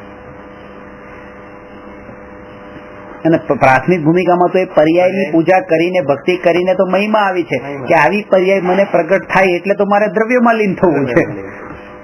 એટલે આધાર તો પર્યાયનો જ છે. આલંબન જે છે લક્ષ્ય આલંબન દ્રવ્યનું છે, આશ્રય દ્રવ્યનો છે. આશ્રય આલંબન પર્યાયનું, આશ્રય દ્રવ્યનું. આશ્રય કહો, આલંબન કહો, લક્ષ્ય છે, ધ્યેય, ગોલ, એ તમારું એ છે. ત્યાં ધ્યાન પણ નથી જતું કે મારે ભગવાન થવું છે. આલંબન એટલે સહારો ને? સહારો. તો સહારો તો પર્યાય નો ના, ક્યારેય પણ પર્યાયનો સહારો ન લે, કારણ કે પર્યાય ક્ષણિક છે. એનો ટેકો લીધો હોય તો પડી જવાય. એ પોતે તૂટેલું હોય તો પછી એનો ટેકો ન લેવાય. પોતે ક્ષણિક છે, તેનો ટેકો ના જાય. હવે આપણે પરમાત્માની ભક્તિ કરીએ તો પરમાત્માની પર્યાયની ભક્તિ કરવી હશે. પણ એ જ છે કે એટલા માટે તો પછી પરમાત્માની ભક્તિ કરનારાને પરમાત્મા પદ નથી મળતું. એ આ ન્યાયક આત્મામાં લીન થાય એને પરમાત્મા પદ મળે છે. એટલા માટે જે પદની ધ્યેયની પ્રાપ્તિ તો એને થતી જ નથી જે પરમાત્માની ભક્તિ કરે છે. એ કરવાથી પણ આપણે અત્યારની ભૂમિકામાં તો તો અત્યારની ભૂમિકામાં જે કરીએ છીએ ત્યારે આપણે તો પછી એમ ન કહેવાય કે મેં પરમાત્માનો આશ્રય લીધો છે. તો પરમાત્માનો આશ્રય લીધો એ મોક્ષની પ્રાપ્તિ માટે પરમાત્માનો આશ્રય જે છે એ નથી. શુભરાગ માટે પરમાત્માનો આશ્રય લીધો છે. પાપથી બચવા માટે, પુણ્ય માટે પરમાત્માનો આશ્રય હોય છે, ધર્મ માટે પરમાત્માનો આશ્રય નથી. સમજણ પડી? અહીંયા આપણે ઘટિત તો એ જ થઈ ગયું કે પર્યાયને આપણે પર્યાયનો આશ્રય લીધો. અત્યારની ભૂમિકામાં તો પર્યાયનો જ આશ્રય લેવાય. અત્યારે એ જ છે કે અત્યારની ભૂમિકામાં તો પર્યાયનો આલંબન તો પર્યાયનો જ થઈ ગયો. હમણાં અત્યારની ભૂમિકામાં બે વસ્તુ ધ્યાનમાં રાખવી. દ્રવ્ય અને પર્યાય, પર્યાયનો ભેદ જાણવો અને દ્રવ્યનું સ્વરૂપ ત્યાં દ્રષ્ટિમાં રાખવું. પરમાત્માને દ્રષ્ટિમાં જાણે છે કે આ હું અત્યારે અજ્ઞાની છું, ભગવાન કેવળ જ્ઞાની છે, હું રાગી છું, ભગવાન વિતરાગી છે. એ સમયે દ્રષ્ટિમાં એ હોય કે બંને આત્મા છે. બંને વાતને એ તો આપણે પર્યાયને પકડી એટલે દ્રવ્ય સ્વરૂપ તો આપણે કઈ ગૌણ નહીં કરીએ. આ તો ગૌણ થાય જ નહીં. કોઈક વખત પર્યાય ગૌણ થઈ જાય. લોખંડ છે, પારસમણી છે. પારસમણી લોખંડને સ્પર્શે તો લોખંડ સોનું થઈ જાય છે. હવે આમાં મહિમા કોની વધારે, લોખંડની કે સોનાની કે સોનાની કે સોનાની કે પારસમણીની કે પારસમણીની કે સોનું? આ એક સોનું પડેલું છે. પારસમણીમાં તો એવી તાકાત છે કે જે ને સ્પર્શે લોખંડ એ બધું સોનું થશે. તો સોનાનો જેટલો ભાવ છે એટલો પારસમણીનો નથી, પારસમણીનો વધારે છે. પણ એ પારસમણીનો જે ભાવ છે એ વધારે કોના કારણે છે? કારણ કે સોનાનો ભાવ છે. સોનું તે જો માટીના ભાવમાં હોત કે સોનાની જ કિંમત ન હોત તો પારસમણીની પણ કિંમત ન હોત. એટલે બે વસ્તુ છે. એક અશુદ્ધ પર્યાય એટલે લોખંડ, એક શુદ્ધ પર્યાય એટલે વિતરાગતા, ભગવાનની પદ, અને એક આત્મા. આત્મામાં લીન થવાથી અશુદ્ધ પર્યાય ટળે છે અને શુદ્ધ પર્યાય પ્રગટે છે. હવે મહિમા કોની વધારે? કે વિતરાગી ભગવાનની પર્યાયની મહિમા વધારે છે. અને પર્યાયની મહિમા કરતા તો દ્રવ્યની મહિમા વધારે છે, કારણ કે એના આશ્રય આ પર્યાય પ્રગટ થાય છે. કારણ કે એ પર્યાયની જેને મહિમા નહીં હોય એને પછી આત્માની મહિમા નહીં હોય. જેમ સોનાની મહિમા ન હોય એવી રીતે આત્મા એને પારસમણીની મહિમા ન હોય. પર્યાયની મહિમા જોઈએ જ. પણ જયારે પર્યાયની મહિમા એને આવી પછી પર્યાયની મહિમા ન રહે, પછી આ દ્રવ્યની મહિમા. એટલે જ કહું છું કે આપણે દ્રવ્ય તો લક્ષમાં જોઈએ જ. પર્યાય ગૌણ થઈ જાય, ફરીથી આવે, ફરીથી ગૌણ થાય, ફરી આવે. પણ દ્રવ્ય તો લક્ષમાં, પણ પર્યાય વગર. અને એટલે પૂજ્યતા જે છે ને પર્યાયની જ પૂજ્યતા છે. પર્યાય વગર દ્રવ્ય પૂજ્ય નથી. કેમ? કારણ કે દ્રવ્ય ત્રિકાળ છે. દ્રવ્ય ત્રિકાળ છે તો એ ત્રિકાળ પૂજ્ય છે. પણ પર્યાય જે છે પર્યાય ત્રિકાળ નથી, એ પ્રગટ થયા પછી પૂજ્ય છે. એટલે કોઈ જેમ કે હું કાલે ભગવાન થઈ જઈશ મને પૂજો આજે, તો એમ નહીં. પર્યાય પ્રગટ થાય તો પૂજ્ય છે. પર્યાયને પૂજવાનું લક્ષ્ય, પર્યાયને પૂજવાનું લક્ષ્ય મોક્ષ હોય તો પર્યાય ગૌણ કરવી પડે. ત્યારે પર્યાયને ગૌણ તો જ દ્રવ્યનું લક્ષ્ય આવે.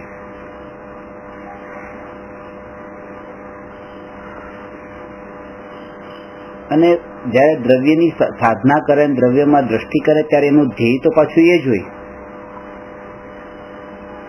કે એના ફળમાં એને શું મળવાનું છે. શુદ્ધ પર્યાય. એટલા માટે ખાલી એક આત્માની શ્રદ્ધાનું નામ સમ્યક દર્શન નથી કીધું. મોક્ષ સાથે 7 તત્વ લીધા છે. એકદમ આપણે પેરેલલ છે, બધા લાઈન સાથે જ ચાલી રહી છે.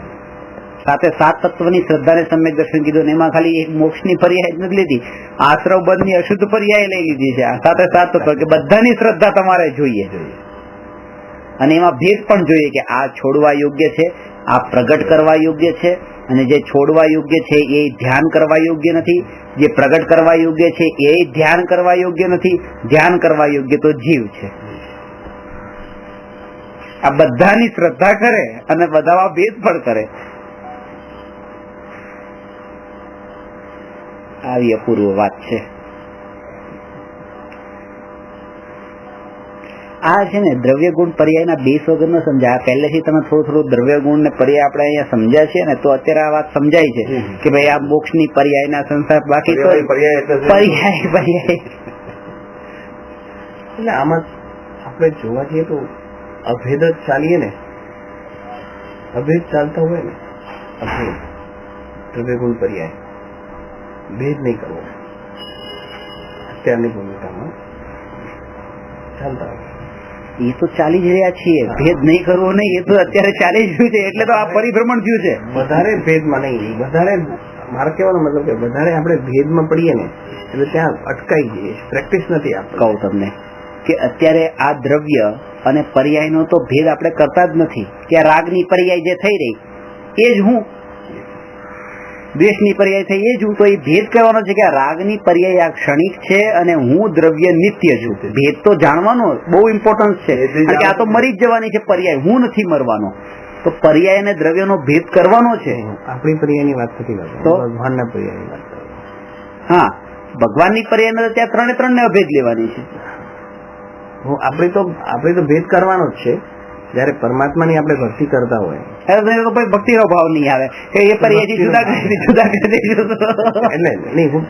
એટલા માટે એક પ્રશ્ન હતો કે ભગવાનના દ્રવ્ય ગુણ પર્યાયમાંથી કોની પૂજા કરવી જોઈએ, કે 3 ને અભેદ રાખીને પૂજા કરવાની. સમજ્યા? ખાલી પર્યાય બિલકુલ પર્યાય નથી, ખાલી દ્રવ્ય પણ નહીં હોય. એટલે ગઈકાલે અમે ગુરુ પૂર્ણિમા હતી ને, એટલે ત્યાં ગયેલા પ્રેમપુરી આશ્રમમાં. અચ્છા અચ્છા. તો ત્યાં એ જ વાત થતી ત્યાં કે જ્યારે ભગવાન દેશના આપે છે, એટલે આચાર્ય ભગવાન ઉપાધ્યાય, તો એ જયારે દેશના આપે છે ત્યારે આપણા કલ્યાણ માટે દેશના આપે છે. એ વખતે એ લોકો શું કરે, એ આત્મા શું કરે છે, એ આપણા પોતા માટે શું કરી રહ્યા છે. જયારે આચાર્ય ભગવાન કોઈ દેશના આપતા હોય ત્યારે એ આત્મા પોતા માટે શું કરતી હોય એ વખતે, કારણ કે એ બહાર તો આવે નહીં, પોતામાં તો લીન હોય જ. ઉપદેશ આપે ત્યારે ઉપાધ્યાય હોય કે આચાર્ય હોય, આચાર્ય ઉપદેશ ઓછા આપે, ઉપાધ્યાય વધારે આપે. તો એમનું કહેવાનો મતલબ એ હતો કે ત્યારે જે એ ઉપદેશ આપે છે એમની જે ભાવ હોય એ કરુણા ભાવ હોય કે બધા પામે. આ ભગવાનનું, આચાર્ય ભગવાનનું ઋણ ઉપાધ્યાય લીધેલું હોય ને એ પછી આગળ ફેલાવતા હોય, એટલે આ ઋણ ક્યારે ચૂકવે, આચાર્યનું ઋણ ઉપાધ્યાય ક્યારે ચૂકવે, કે જયારે એ આગળ પસાર કરે, બીજાને ઉપકાર કરે, ત્યારે આ ઋણ ચૂકવાય. પછી ઉપાધ્યાયને ક્યાંથી મળે, તો કે એ આચાર્ય ભગવાનથી મળે ને તીર્થંકર ભગવાનની એની કરુણા સતત એના એ શું કઈક રોમે રોમે એમના પ્રત્યેક પ્રદેશે એમને આ ફીલ કરતા હોય એટલે એ પરિપૂર્ણ થાય.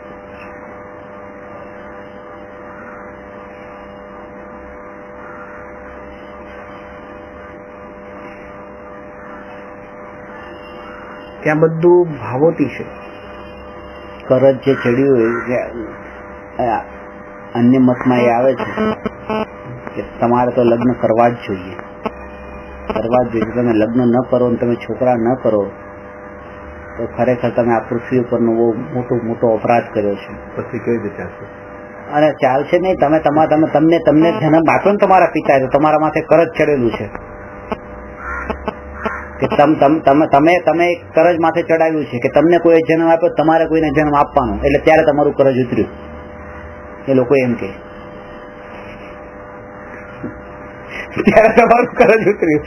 હવે આ કરવા જઈએ, કોઈ તમને એક લાફો મારે તો આપણે કોઈને એક લાફો મારવા જવાનું, ત્યારે કરજ ઉતર્યું એવું કહેવાય.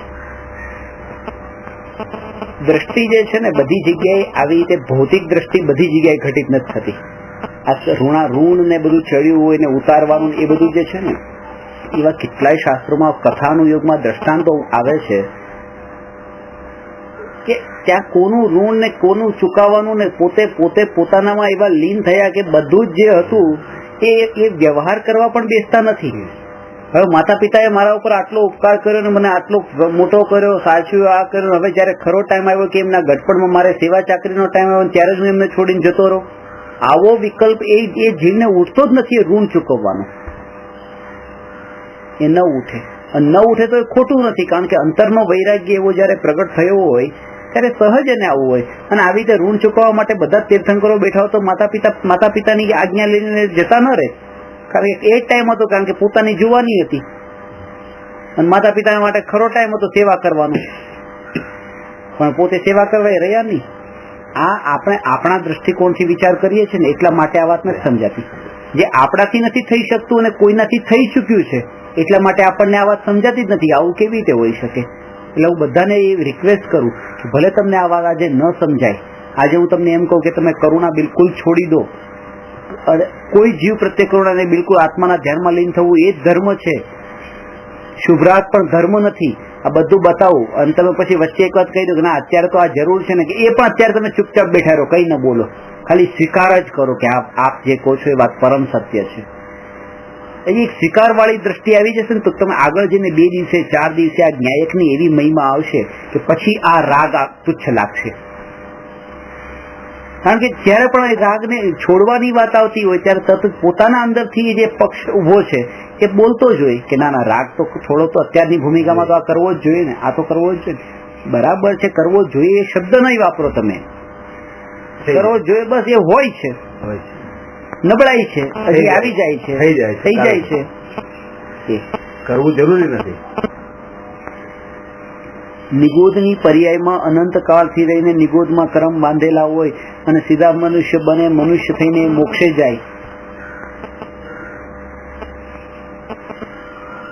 કેવી રીતે ઋણ ચૂકવાય? ઋણ ચૂકવવાનો અર્થ તો કૃપાઓ દેવે જે કીધું ને, મચ્છરને ઉડાડતા નતા, પોતાનામાં લીન. છેલ્લી ઘડીએ મેં તમને વાત કરી તો આખું શરીર એવી રીતે મચ્છરોથી ઢંકાયેલું, એકદમ પાળો પડે. કૃપાળુ દેવના જ શબ્દો છે ને, કે એ ઋણ એ જ વસ્તુને બતાવું છું કે પણ એ લક્ષ્ય ત્યાંનું નથી. પોતાની અંતરની સ્થિરતા જેવી છેલ્લી ઘડીએ હોય એ તો શબ્દો વચનમાં એવી રીતે આવે. એમણે એમ કીધું કે જેવી રીતે કોઈ કોટી વર્ષોથી જેના માથા ઉપર કરજ ચડ્યું હોય, આ સમજાવવાની વાત છે, કોટી વર્ષોથી જેના માથા પર કરજ ચડ્યું હોય અને એ જયારે કરજથી મુક્ત થતો હોય તો એને જેમ હાશકારો લાગે, જેમ શાંતિ લાગે કે હાશ આજે હું છૂટ્યો, એવી રીતે આ બધા જીવો સાથે ભવના મારા એવા કર્મના કરજ ચડેલા હતા અને આ અત્યારે અહીંયા ચૂકવાઈ રહ્યા છે. હું તો મુક્ત જ થઈ રહ્યો છું એટલા માટે મારે એને ઉડાડવાની, એટલે એને તો દ્રષ્ટિ જ નથી જતી. અંતરની સ્થિરતા એવી હતી એટલા માટે ત્યાં ટેન્શન નતું જતું. ખાસ વાત એમ નહીં કે તું કળ હું તને જોઉં છું બધામાં, એવું નતું. અને એ સમયનું નતું. એ તો આખા જીવનની અને જીવનની નહીં ભવની સાધનાનું આ ફળ હતું, પરિણામ હતું કે આવી ત્યાં સ્થિરતા રહી. બાકી ખાલી એમને કે બસ મારા મચ્છર કરડે છે, એક મચ્છરનો જ્ઞાતા ન રહી શકે જ્યાં કરડતો હોય. અંતરની પરિણતિ નિર્મળ ન હોય એના વગર ન હોય તો એ ન રહી શકે. તો શરીરનું વેદન ખ્યાલમાં ના આવે. કર્મની થિયરીને સમજાવવા માટે આ રીતે કથન કરવામાં આવે. એ વાતે જે દ્રષ્ટિએ જેમણે પણ કીધી હોય, પણ આ રીતે કીધી હોય તો આમ સમજવી કે બસ એ કર્મોની થિયરી એવી છે કે કર્મો પણ એક આપણા માથે કરજ ઋણ જ છે. એ ઋણ ચૂકવાઈ જવું એટલે કે જે માથામાં બોજો છે બોજો નીકળી જવું. એમનું કહેવાનું મૂળભૂત કાર્ય એ હતું કે જયારે ઉપાધ્યાય કે આચાર્ય આપનો ઉપદેશ આપતો હોય તો એ પોતાનું કાર્ય ક્યારે કરે? પોતાની સાધના. પણ એ ઉપદેશ નિરંતર નથી આપતા. પહેલી વસ્તુ તો હું તમને બે વાત બતાવું કે ઉપદેશ નિરંતર નથી આપતા.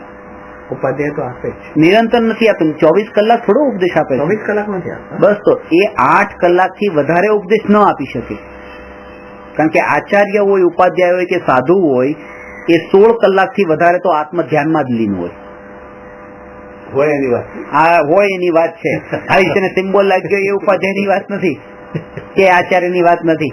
આ તો ભાવલિંગી હું નમોકાર મંત્રમાં નમો આયરિયાણમ કહું છું એમની આ દશા હોય, એમની વાત છે.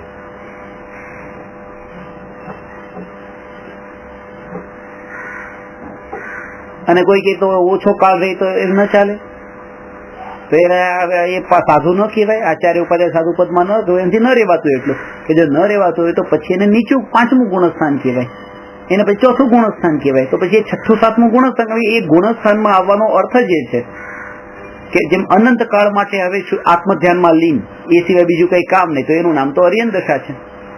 13મું ગુણસ્થાન છે કે હવે બહાર જ નહીં આવે ક્યારે આત્મામાંથી, એમાં ના હોય એટલે 18 કલાક 16 કલાક. તો પછી આચાર્ય ઉપાધ્યાય સાધુનું ગુણસ્થાન છે, એનાથી ઓછું હોય તો નીચેના ગુણસ્થાન છે, પછી એ 4થું ગુણસ્થાન છે.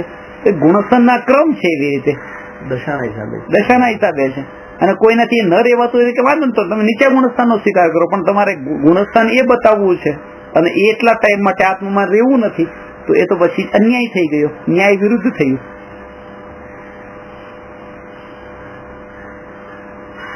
એટલા માટે તો શાસ્ત્રમાં એ કીધું છે કે એને ઈઝી નથી કરી દીધું.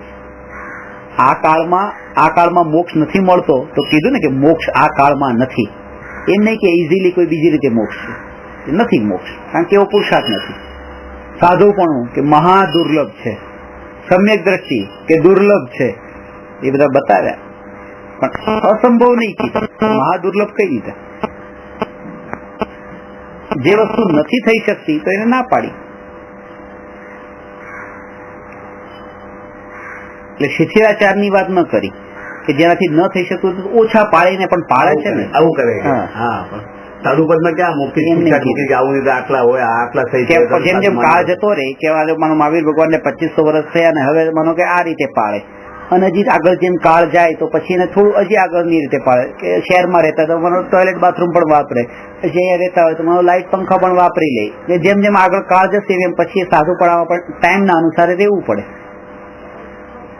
એવું નથી કીધું, એવું નથી કીધું. એવું કેવી રીતે કહેવાય?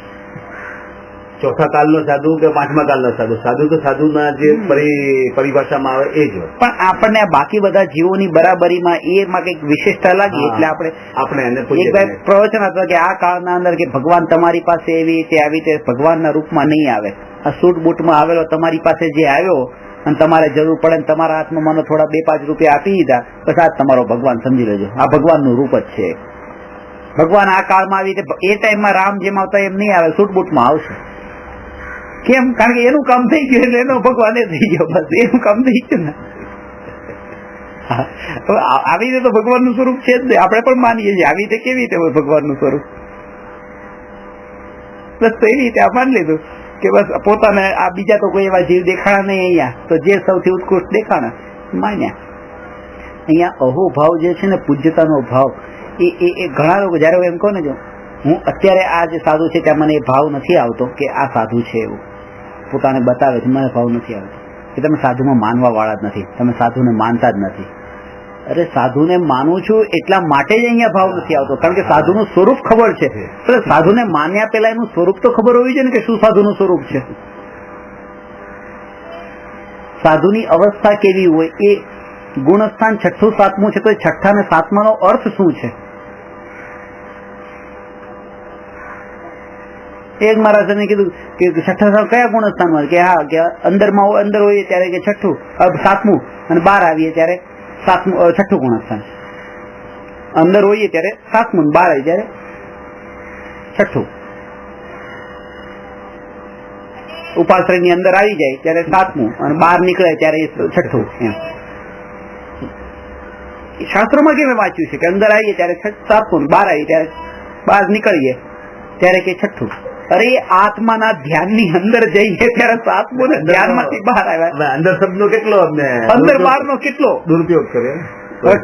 કોની અંદર ઉપાશ્રયમાં. હા, ઉપાશ્રય નો અર્થ પણ આત્મા થાય છે. ઉપાશ્રય એનો આશ્રય શબ્દ મારા હવે થાય કે ના થાય. જે ઉપવાસ કીધું છે તો આત્માના સ્વરૂપમાં વાસ કરવો, એ તો ઉપાશ્રય આત્માના સ્વરૂપનો આશ્રય લેવો. ઉપાશ્રય ની અંદર જાઓ તો બરાબર છે કે 7 ઉપાશ્રય ની બહાર જાઓ. કેટલા અલગ થઈ ગયા અર્થના અલગ.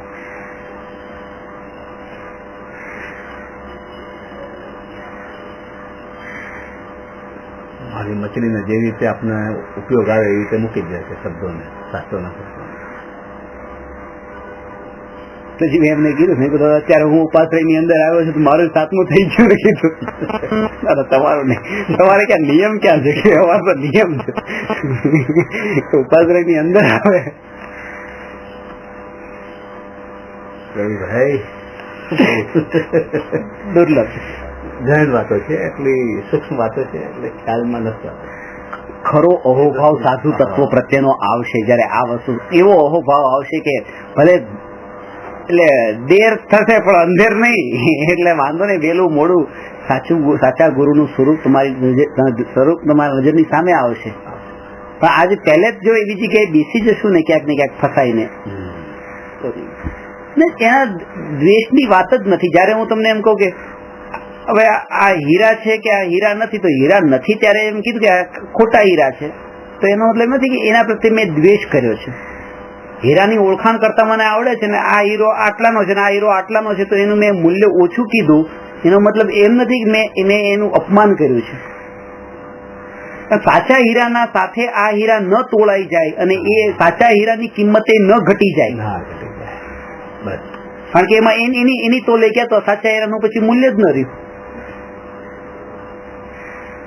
એટલે નવકારના મંત્રમાં જે આવે છે, જે સાધુ આ સાધુમાં આપણે અંતર ના કરતા શીખીએ તો સાધુ આ ભણવાનો મતલબ પણ શું?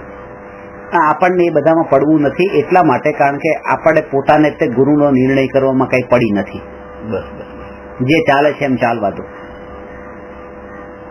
નહીં તો આમાંથી જશું એવું લાગે છે. અત્યારે જે આટલું કરીએ છીએ કઈક તો કરીએ છીએ. ઘણી વખત આમ થાય, મારી વાત બોલો ને, પણ થિયરી પ્રેક્ટિકલ નથી કરતા. પ્રેક્ટિકલમાં ક્યારે આવશે? બસ એટલા માટે કમસે કમ આટલું તો પ્રેક્ટિકલ કરીએ એમ. મન તો નથી આજ કરવું છે, હવે કરીને કરવું જ છે. ના ધીરે ધીરે થશે, ઇમ્પ્લિમેન્ટ થશે. એ જ વાત હું તમને બતાવું છું કે સમ્યક દર્શન પામ્યા પછી અર્ધ પૂજગલ પરાવર્તન કાળ સુધી ન કરે ચારિત્રના અંદર, પણ એક નિર્ણય તો પેલા કરી લે. ત્યારે આ ભૂમિકા નિર્ણય જ કરવાનો છે કે પ્રેક્ટિકલ શું કે તમે એ જાગૃતિ રાખો, બસ કે હું આત્મા છું, બસ એ જાગૃતિ દરેક સમયે રાખો. આ જ પ્રેક્ટિકલ છે. પ્રેક્ટિકલ નો મતલબ તમે એ તરફ જ લો છો. આપણે એવા ક્યારે થશું? એ ક્રિયા ક્યારે નહીં કરશું, એ ક્રિયાની જ વાત આવી. ક્યારે વેપાર બધું છોડશું? અર્ધ પૂતગલ પરાવર્તન કાળ કીધું, સમ્યક દર્શન પામી ગયા પછી નું કાળ. અર્ધ પરાવર્તન કેટલા સાગર પર નીકળી જાય છે, ત્યાં સુધી ચારિત્ર અંગીકાર નથી કરતા.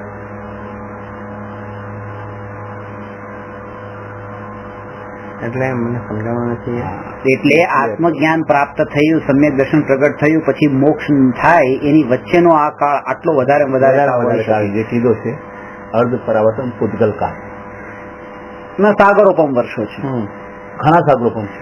એટલે કહેવાનો અર્થ એ કે તમને અત્યારે નિર્ણય કરો, જેમ કે આ તમે આપણે ભણીએ છીએ નિર્ણય કરીને પ્રેક્ટિકલ ક્યારે કરશું? પ્રેક્ટિકલની તમે એટલી ઉતાવળ નહીં કરો કે આટલો ટાઈમ પણ નીકળી જાય છે. તમે પેલા આમાં જેટલા સ્ટ્રોંગ હશો ને તો એટલું પ્રેક્ટિકલ પણ જલ્દી થશે.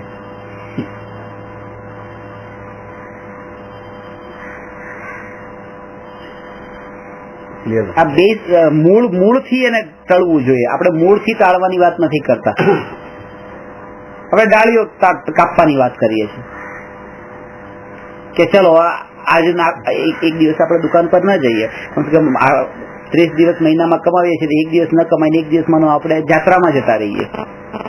એવું કરીને જે આપણે પ્રેક્ટિકલ કરીએ ને, જે ખરેખર પૈસામાં સુખ નથી, એક દિવસ છોડી દઈએ, એ મતલબ એ આપણે ડાળીઓ કાપીએ છીએ. એક નિર્ણય પહેલા પૂરે પાક્કો કરેલો હશે ને,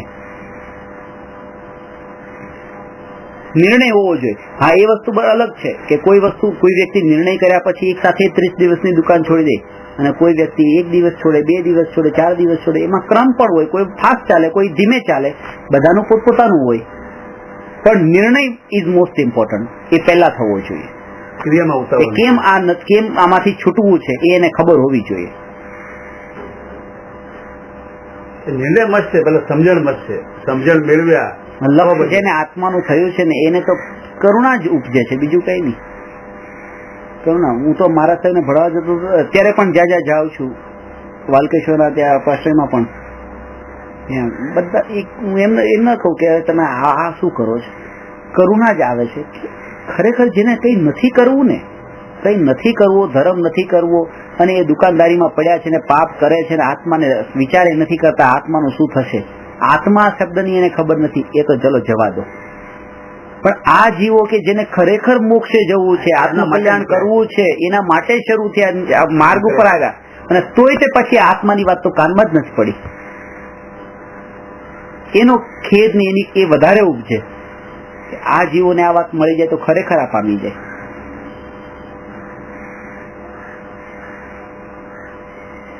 અને એમાં એ પણ જવાબદાર નથી, કારણ કે પરંપરાથી એ જ સાંભળવા મળ્યું છે. ગુરુ થકી પણ એ સાંભળ્યું. આ દ્રવ્ય ગુણ પર્યાયની વાત ને આત્મતત્વની વાત ને મોક્ષની વાત ને મળી જ નથી. રાગ ને અધર્મ કેવા વાળી વાત તો ત્યાં મળી જ નથી સાંભળવા.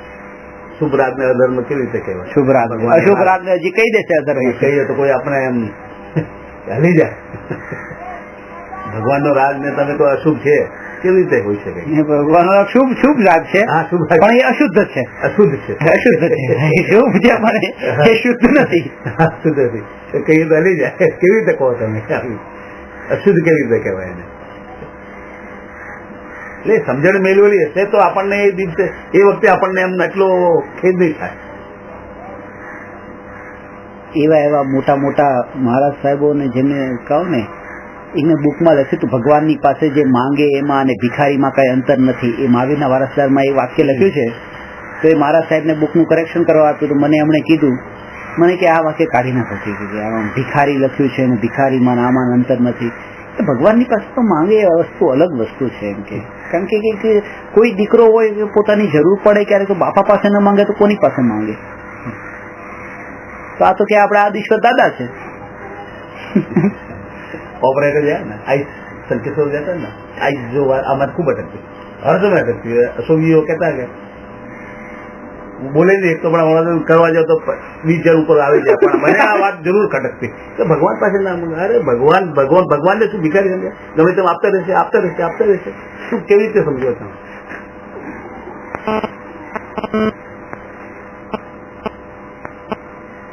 મેં એક જગ્યાએ લખ્યું છે કે ભગવાનની પાસે માંગે એમાં ભિખારીમાં છે ને અંતર નથી. કારણ કે ભિખારી તો હાથ ફેલાવીને માંગે છે અને આ હાથ જોડીને માંગે છે. ખાલી હાથની સ્થિતિમાં અહીંયા ફેલાવેલો આ જગ્યા આપો અને અહીંયા આમ જ હાથ જોડે. એટલે એ માંગવા ખાસ તો ભિખારી 2-5 રૂપિયા માંગે છે, આ 2-5 કરોડ માંગે છે. આ મોટો ભિખારી થયો. ભિખારી એની પાસે છે, એની પાસે આ નથી, એની પાસે માંગે છે. અને જેને કીધું છે કે આ છોડવાનું છે બધું ખાલી નથી એમ નહીં, પણ છોડવા યોગ્ય છે એવું કઈ નહીં ગયા, એની પાસે જ માંગે છે. આ કેમ માંગે છે? હવે એનું પણ આ જ કારણ છે. જેમ સાધુનું સ્વરૂપ આ જીવો સમજ્યા નથી એમ ભગવાનનું સ્વરૂપ સમજ્યા નથી. હમણાં આ જ કહેતો હતો કે આ સ્વરૂપ નથી સમજ્યા એટલે આપણને આમ લાગે છે, બાકી સ્વરૂપ સમજાયો તો અહીંયામાં તમને માંગવાનો ભાવ જ ના આવે. એ તો છોડીને ગયા તો કહે છે કે તું છોડ ભાઈ, હું નિર્વસ્ત છું એકદમ. એટલા માટે જે છે ને કે જે લોકો શરૂઆત કરે છે ને કે આ પ્રેક્ટિકલ એ હવે તમે ભગવાનમાં માનો છો, મંદિરે જતા નથી, દેરાસર જવાનું ચાલુ કરો, ત્યાં પ્રેક્ટિકલ ચાલુ કર્યું. એ પ્રેક્ટિકલ નહીં કરો તોય ચાલશે, ભલે તમે એક દિવસ નહીં જાઓ, પણ અહીંયા બેઠા બેઠા તમે એટલું સમજી લો કે ભગવાન કોને કહેવાય. એ મહાવીર ભગવાન કે કેટલા વર્ષ પહેલા થયા? એક બેને મને પૂછ્યું, મેં કહ્યું 2500 વર્ષ પહેલા. અચ્છા, અને અરિયન ભગવાન નો જન્મ ક્યાં થયો? સિદ્ધ ભગવાન ક્યાં જન્મ્યા હતા? આચાર્ય પછી કેટલા વર્ષ પહેલા થયા? તમે કહો આ કોઈના નામ નથી. તો કે અચ્છા તો શું છે? આ તો પોઝિશન છે, સ્થિતિ છે આત્માની. નામ થોડા કે હું તો એમ સમજતી હતી કે જેમ 24 તીર્થંકર છે, 5 પરમેશ્વરી છે, 5 એના નામ હશે. આ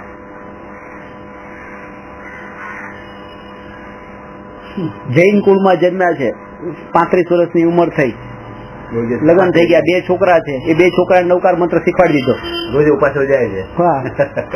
હા જાય છે, પણ નથી ખબર. દેરાસર જાય, દર્શન કરે, પણ એને ખબર નથી.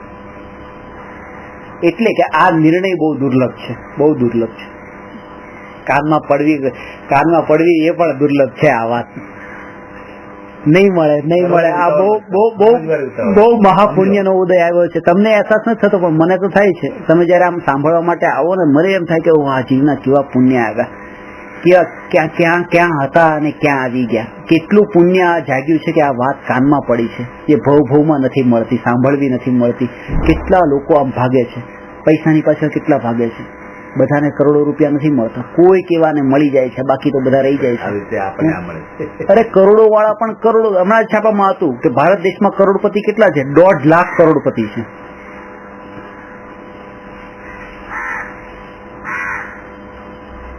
વધારે છે 1.5 લાખ. ના, છાપામાં આવ્યું. 1.5 લાખ કરોડપતિ તો એટલે કઈ નથી.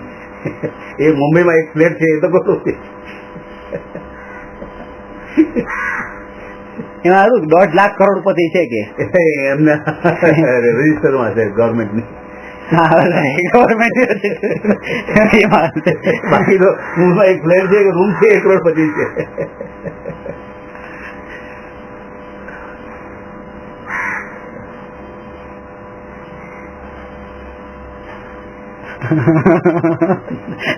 દુર્લભ નથી, એ તો કોઈને પણ મળી જાય છે. આ વાત નથી મળતી સાંભળવા.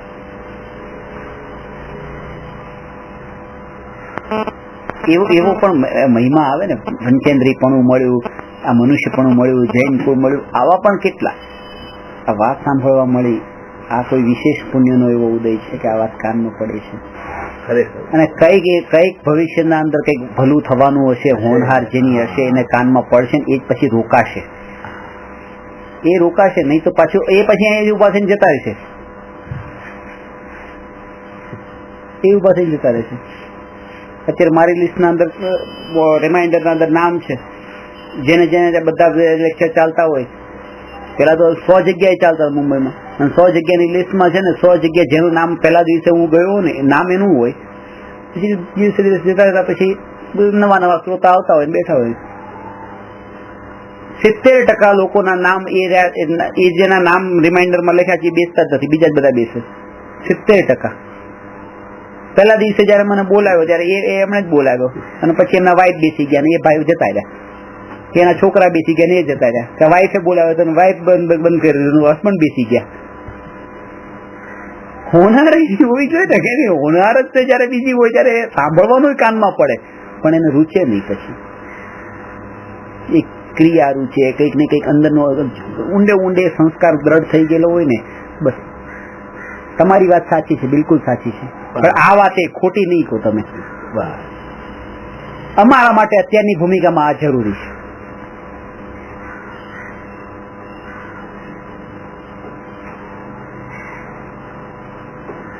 એ લાગે છે, જરૂરી લાગે છે, કારણ કે પોતાની બુદ્ધિથી નિર્ણય કર્યો છે ને એટલા માટે. આ પૂરું સમર્પણ આ તત્વને કર્યું હોય ને તો નિષ્પક્ષ ભાવથી એ વિચાર કરે, બસ નિષ્પક્ષ ભાવ કે આ બતાવનાર કોણ છે એનાથી મને કોઈ પ્રયોજન નથી. એક સાધુ એક પ્રવચનમાં કહ્યું હતું, હું પોતે એમને ભણાવતો હતો અને પછી એમનું પ્રવચન હતું ત્યાં, એટલે કોઈ એમને પૂછ્યું તમે એમની પાસે ભણો છો? એ બહુ વર્ષો પહેલા, કેટલા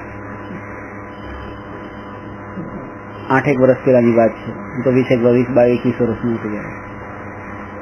હવે છોકરા પાસેથી ભણવાનું કે એને શું ભણવાનું એમ કે, એટલે એમણે કીધું કે કોઈ દુકાને આપણે ગયા ફ્રૂટ લેવા માટે તો ફળ વેચવા વાળો કેવો છે, એ દાઢી વાળો છે, દાઢી વગરનો છે, કે કેવા કપડા પહેર્યા છે, શું છે, શું મતલબ? એટલે દ્રષ્ટિ તો ફળ ઉપર હોય છે.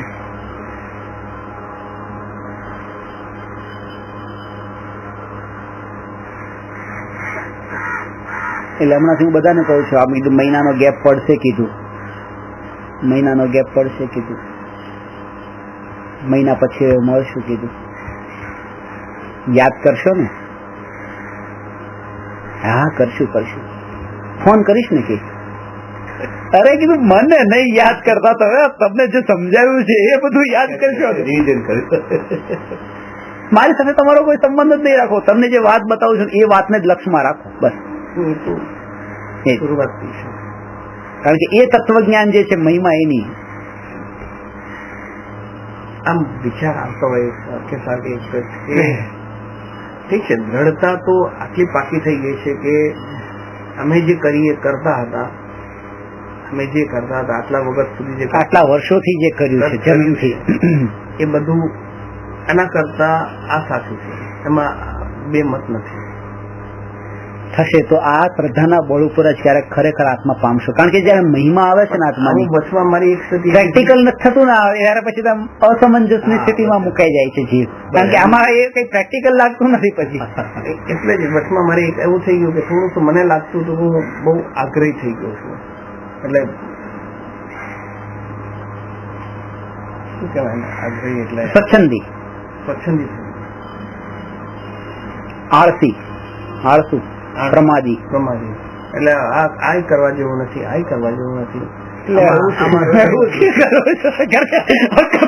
જયારે પ્રગટ થયો હોય ત્યારે પછી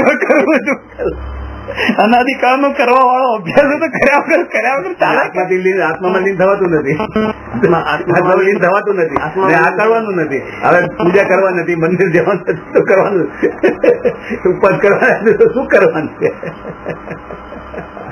ખોટા ભટકાઈ ગયા છે. એટલે ખોટા ભટકાઈ એટલે પેલા જયારે મંદિર તો જતા હતા, હવે તો મંદિર પણ ઓછું થઈ ગયું, પૂજા ઓછી થઈ ગઈ, સવારનું પાઠ વગેરે જે હતું એ ઓછું થઈ ગયું. હવે લોકો આમ સમજે નહીં સમજે, લોકો આધર્મી સમજે કે આ તો છોડી દે, જ્યાં છોડી આપણે એમ છે.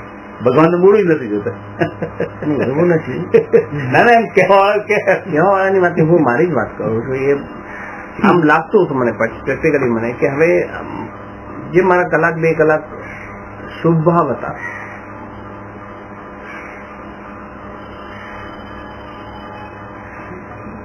આમ થોડું શું મને પોતાને દ્વેષ ભાવ પણ આવી ગયેલા સાધુ પ્રતિ. દ્વેષ આવી ગયો, દ્વેષ ભાવ આવી ગયેલા, તો એ ખોટું છે. એ ખોટું છે. એટલે જોતા જ ખબર પડી જાય કે નહીં આ સાધુ નથી. નહીં, કરુણા, મેં તમને શું કીધું, કરુણા ઉપજે. એટલે તમે એવી કરુણા કે બસ તમે કીધું હું જાઉં ભણાવવાનું ત્યાં એમ લાગે કે અમને કરવું છે અને ખરેખર પામતા આ વાત મળી નથી. કેમ હું તો એ જ કહું છું. પછી જયારે અમે ભક્તિ માર્ગમાં જયારે થોડા સાંભળ્યા ને એને, તો મને ફરીથી કરુણા એટલે કે આમ થયેલું મારી સાથે. એટલે નો ડાઉટ આ જે છે ને આની છણાવટ, આ જે હજુ તમારે છે ને આ વસ્તુને હજી એના ડિટેલમાં જવાનું, હજી સમજવાનું. આ જયારે તત્વનું ચાલુ થયું ને ત્યારે મને એકદમ લાગુ કે નહીં રિયલી આ વસ્તુ આપણે તત્વનું કરી જ નથી.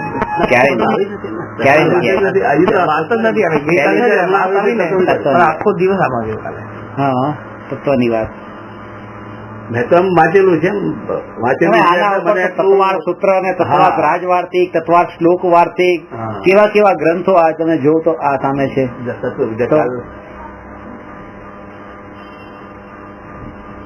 એટલે મને ફરીથી લાગુ કે આ બધું સંકટમાં થઈ.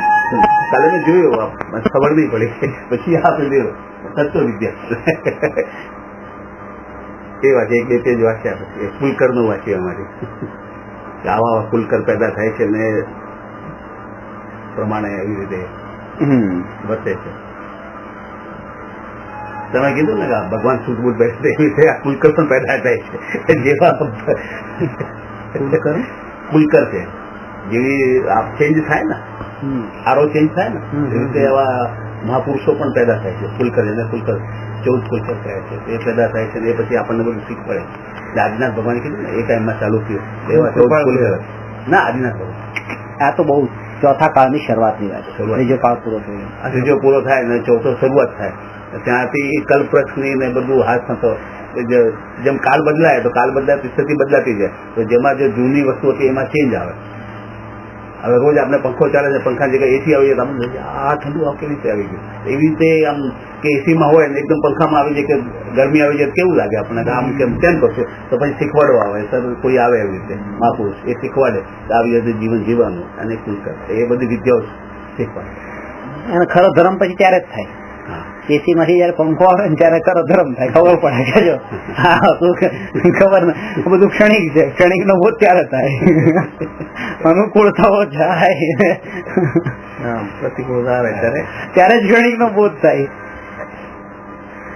મને તો રવિવાર બહુ આવે છે, એને જ મને અહીંયા લાવે છે, એ જ લાવે છે.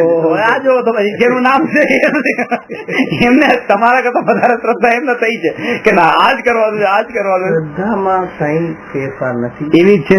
એ શ્રદ્ધામાં નોટ એ single%. ઓકે, એક વસ્તુ પ્રેક્ટિકલ નથી થતું. હા, બસ આમને હાથમાં કઈ એટલે લાડુ છે આમ નાખી દીધો છે, ઊંટ અંદર નીચે રસ નથી પડી ગયો, લાગતો નથી.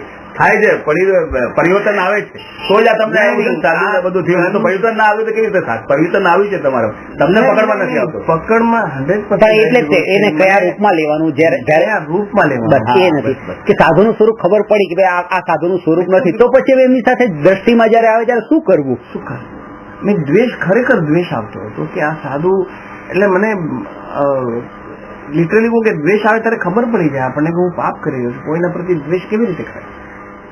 બરાબર છે. જયારે આપણે એક આતંકવાદી પ્રત્યે પણ દ્વેષ નથી કરતા, એના પ્રત્યે કરુણાની જ વાત કરીએ છીએ. પાછળ એ સાધુ છે ત્યાં બધો ભેદ નહીં પાડો તો એ સાધુ છે તો એના પ્રત્યે હું દ્વેષ કેમ કરું? નહીં, એ પણ એક જીવ છે.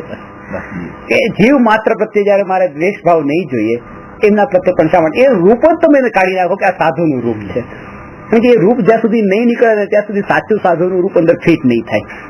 બે રૂપ તો હોતા નથી સાધુના. ના ના હોય છે.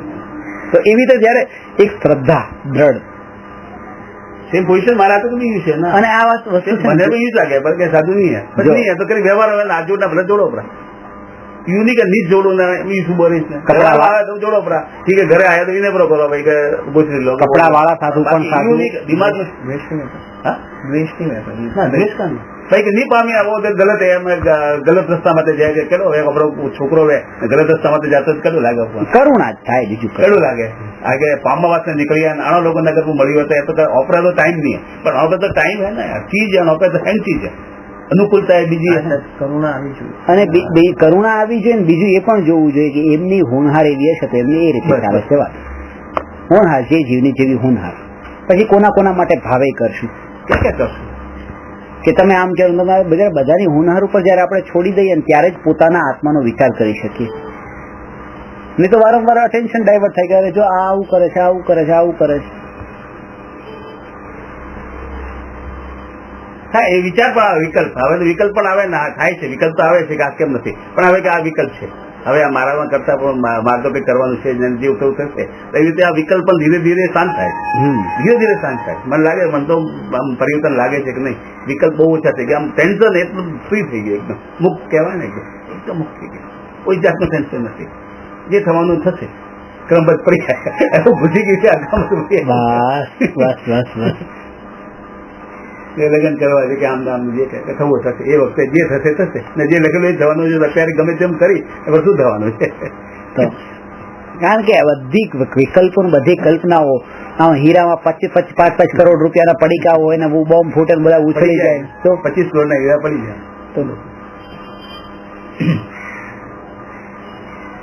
ભલે લોકોને લાગે કે સાધુ અવિનય કરે છે આપણે સાધુ હાથની જોડતા કે લાગે લોકોને ભલે લાગે આપણે કોણ આપણે लोगों ने लोग यूज है यूजर होता है तो मैं क्या बता विनय कर दो हैंग करना मन में यूं नहीं कि बस देश बाहर जाना और ठीक है खूना में जान बैठा गया हमें जी होटे गया मैं ऑपरे गया तक में सबके सब जाओ बस में और हमारा सब गया था चले तो मुझे साइड में बोले तो बस नहीं बात रुचती तो नहीं रुचती बैठा रहता बस चुपचाप बस બીજી મગજમારી એમ જ હોય અને એ તમે ધર્મ પચાવ્યો પાછો કારણ કે ત્યાં પાસે તમે વિવાદમાં પડી જાવ તો પછી ધર્મ નથી પચાવ્યો જવું પડે ચૂપચાપ બેઠા પડે તો વ્યવહાર જાણવાનું જેમ છે એમ જાણવાનું બસ જાણવાનું જાણો કે એ શું કે છે મારા સાહેબ ને ત્યાં કીધું ને કે હું ત્યાં ગયો ને વંદન નહીં કર્યા તો એમણે કેટલું બધું બોલ્યા કેટલું વંદન ન ગયા ત્યારે એ બધું બોલતા હતા ત્યારે બધું એને પણ જાણી લીધું મને દેખાણું જ નહીં કે અહીંયા મારું મસ્તક ઝુકાવવા યોગ્ય છે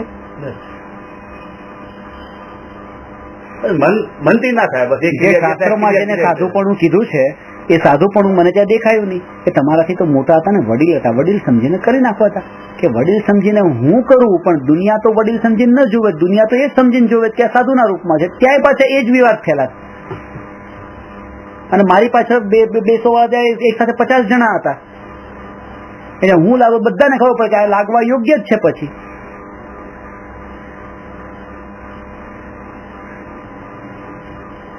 રેલવેના પાટા ક્રોસ કરવા હોય ને તો ટ્રેન બહુ દૂર હોય ને તો પણ હું પાટા ક્રોસ ન કરું લોકો એના બધા ના પાડે કે નહીં ક્રોસ નહીં કરવાના બહુ દૂર હોય તો પણ કારણ કે તમે નીકળી જશો પાછળ વાળા નહીં નીકળી શકે એ તમારી પાછળ દોડી રહ્યા છે બધા જોવા વાળા નથી તમે ઉભા રહી જાઓ તમારી પાછળ પણ કોઈ છે ને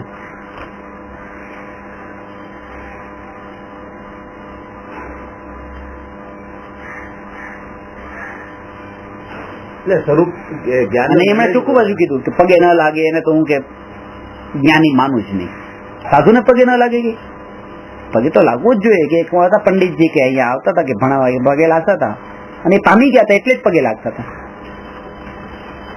કેટલો માન કશાયની કેટલો તીવ્ર ભાવ કે એક પગે ન લાગવાના કારણે અડધો કલાક 50 લોકોને લઈને ગયા હતા અમે ત્યાં અહીંયા શું નામ વિજયવાડા તેની બાજુમાં કઈક છે કોઈ સ્થાન હમણાં જૈનસન વિજયજી હતા વિજયવાડા તમે હમણાં ગયા તો વચ્ચે 4-5 દિવસમાં કેટલું પ્રકરણ ઓહો કીધું આ તો ગ્રહસ્થોમાં પણ મારા જીવાને કોઈ પગે લાગે ઠીક ન લાગે તો કઈ નહીં તો આપણા જીવાને માન નહીં આવે પડી આ પદ દશામાં આવી ગયા પછી પોતાના આટલું શું ત્યાં લાગે તો ઠીક ને ન લાગે દ્રષ્ટિ જ કેવી રીતે જાય કે લાગ્યા ન લાગ્યા હવે એને આચાર્ય ઉપાધ્યાય કે અમે શું કહીએ કે સાધુ શું કહીએ ક્યાં એ મૂળ ગુણમાં ક્યાં આવે છે ગણવાનું છે આપણે ક્યાં કોને નંબર આપવા બસ નથી આપવાનો આપણે સાચું સ્વરૂપ દેખાય મનથી નમન કરી દેવા નહીં તો આમ કરીએ કરી દેવા નંબર આપતા આપણા નંબર ખોવાઈ જશે આપણને નંબર નહીં માથાકૂટમાં જશે નહીં ખરેખર આપણને નથી હવે આ થોડું જે આવ્યું છે ને અંદર એના લીધે જ મને ખેત થતો હતો કે ભાઈ આપણે આ જીવ તત્વની ચર્ચા થઈ અજીવ તત્વ પ્રશ્ન નંબર 223 એ આવતી નમો અરહંતાણમ નમો સિદ્ધાણમ નમો આયરિયાણમ નમો ઉવજ્જાયાણમ નમો લોએ સૌવસાહુ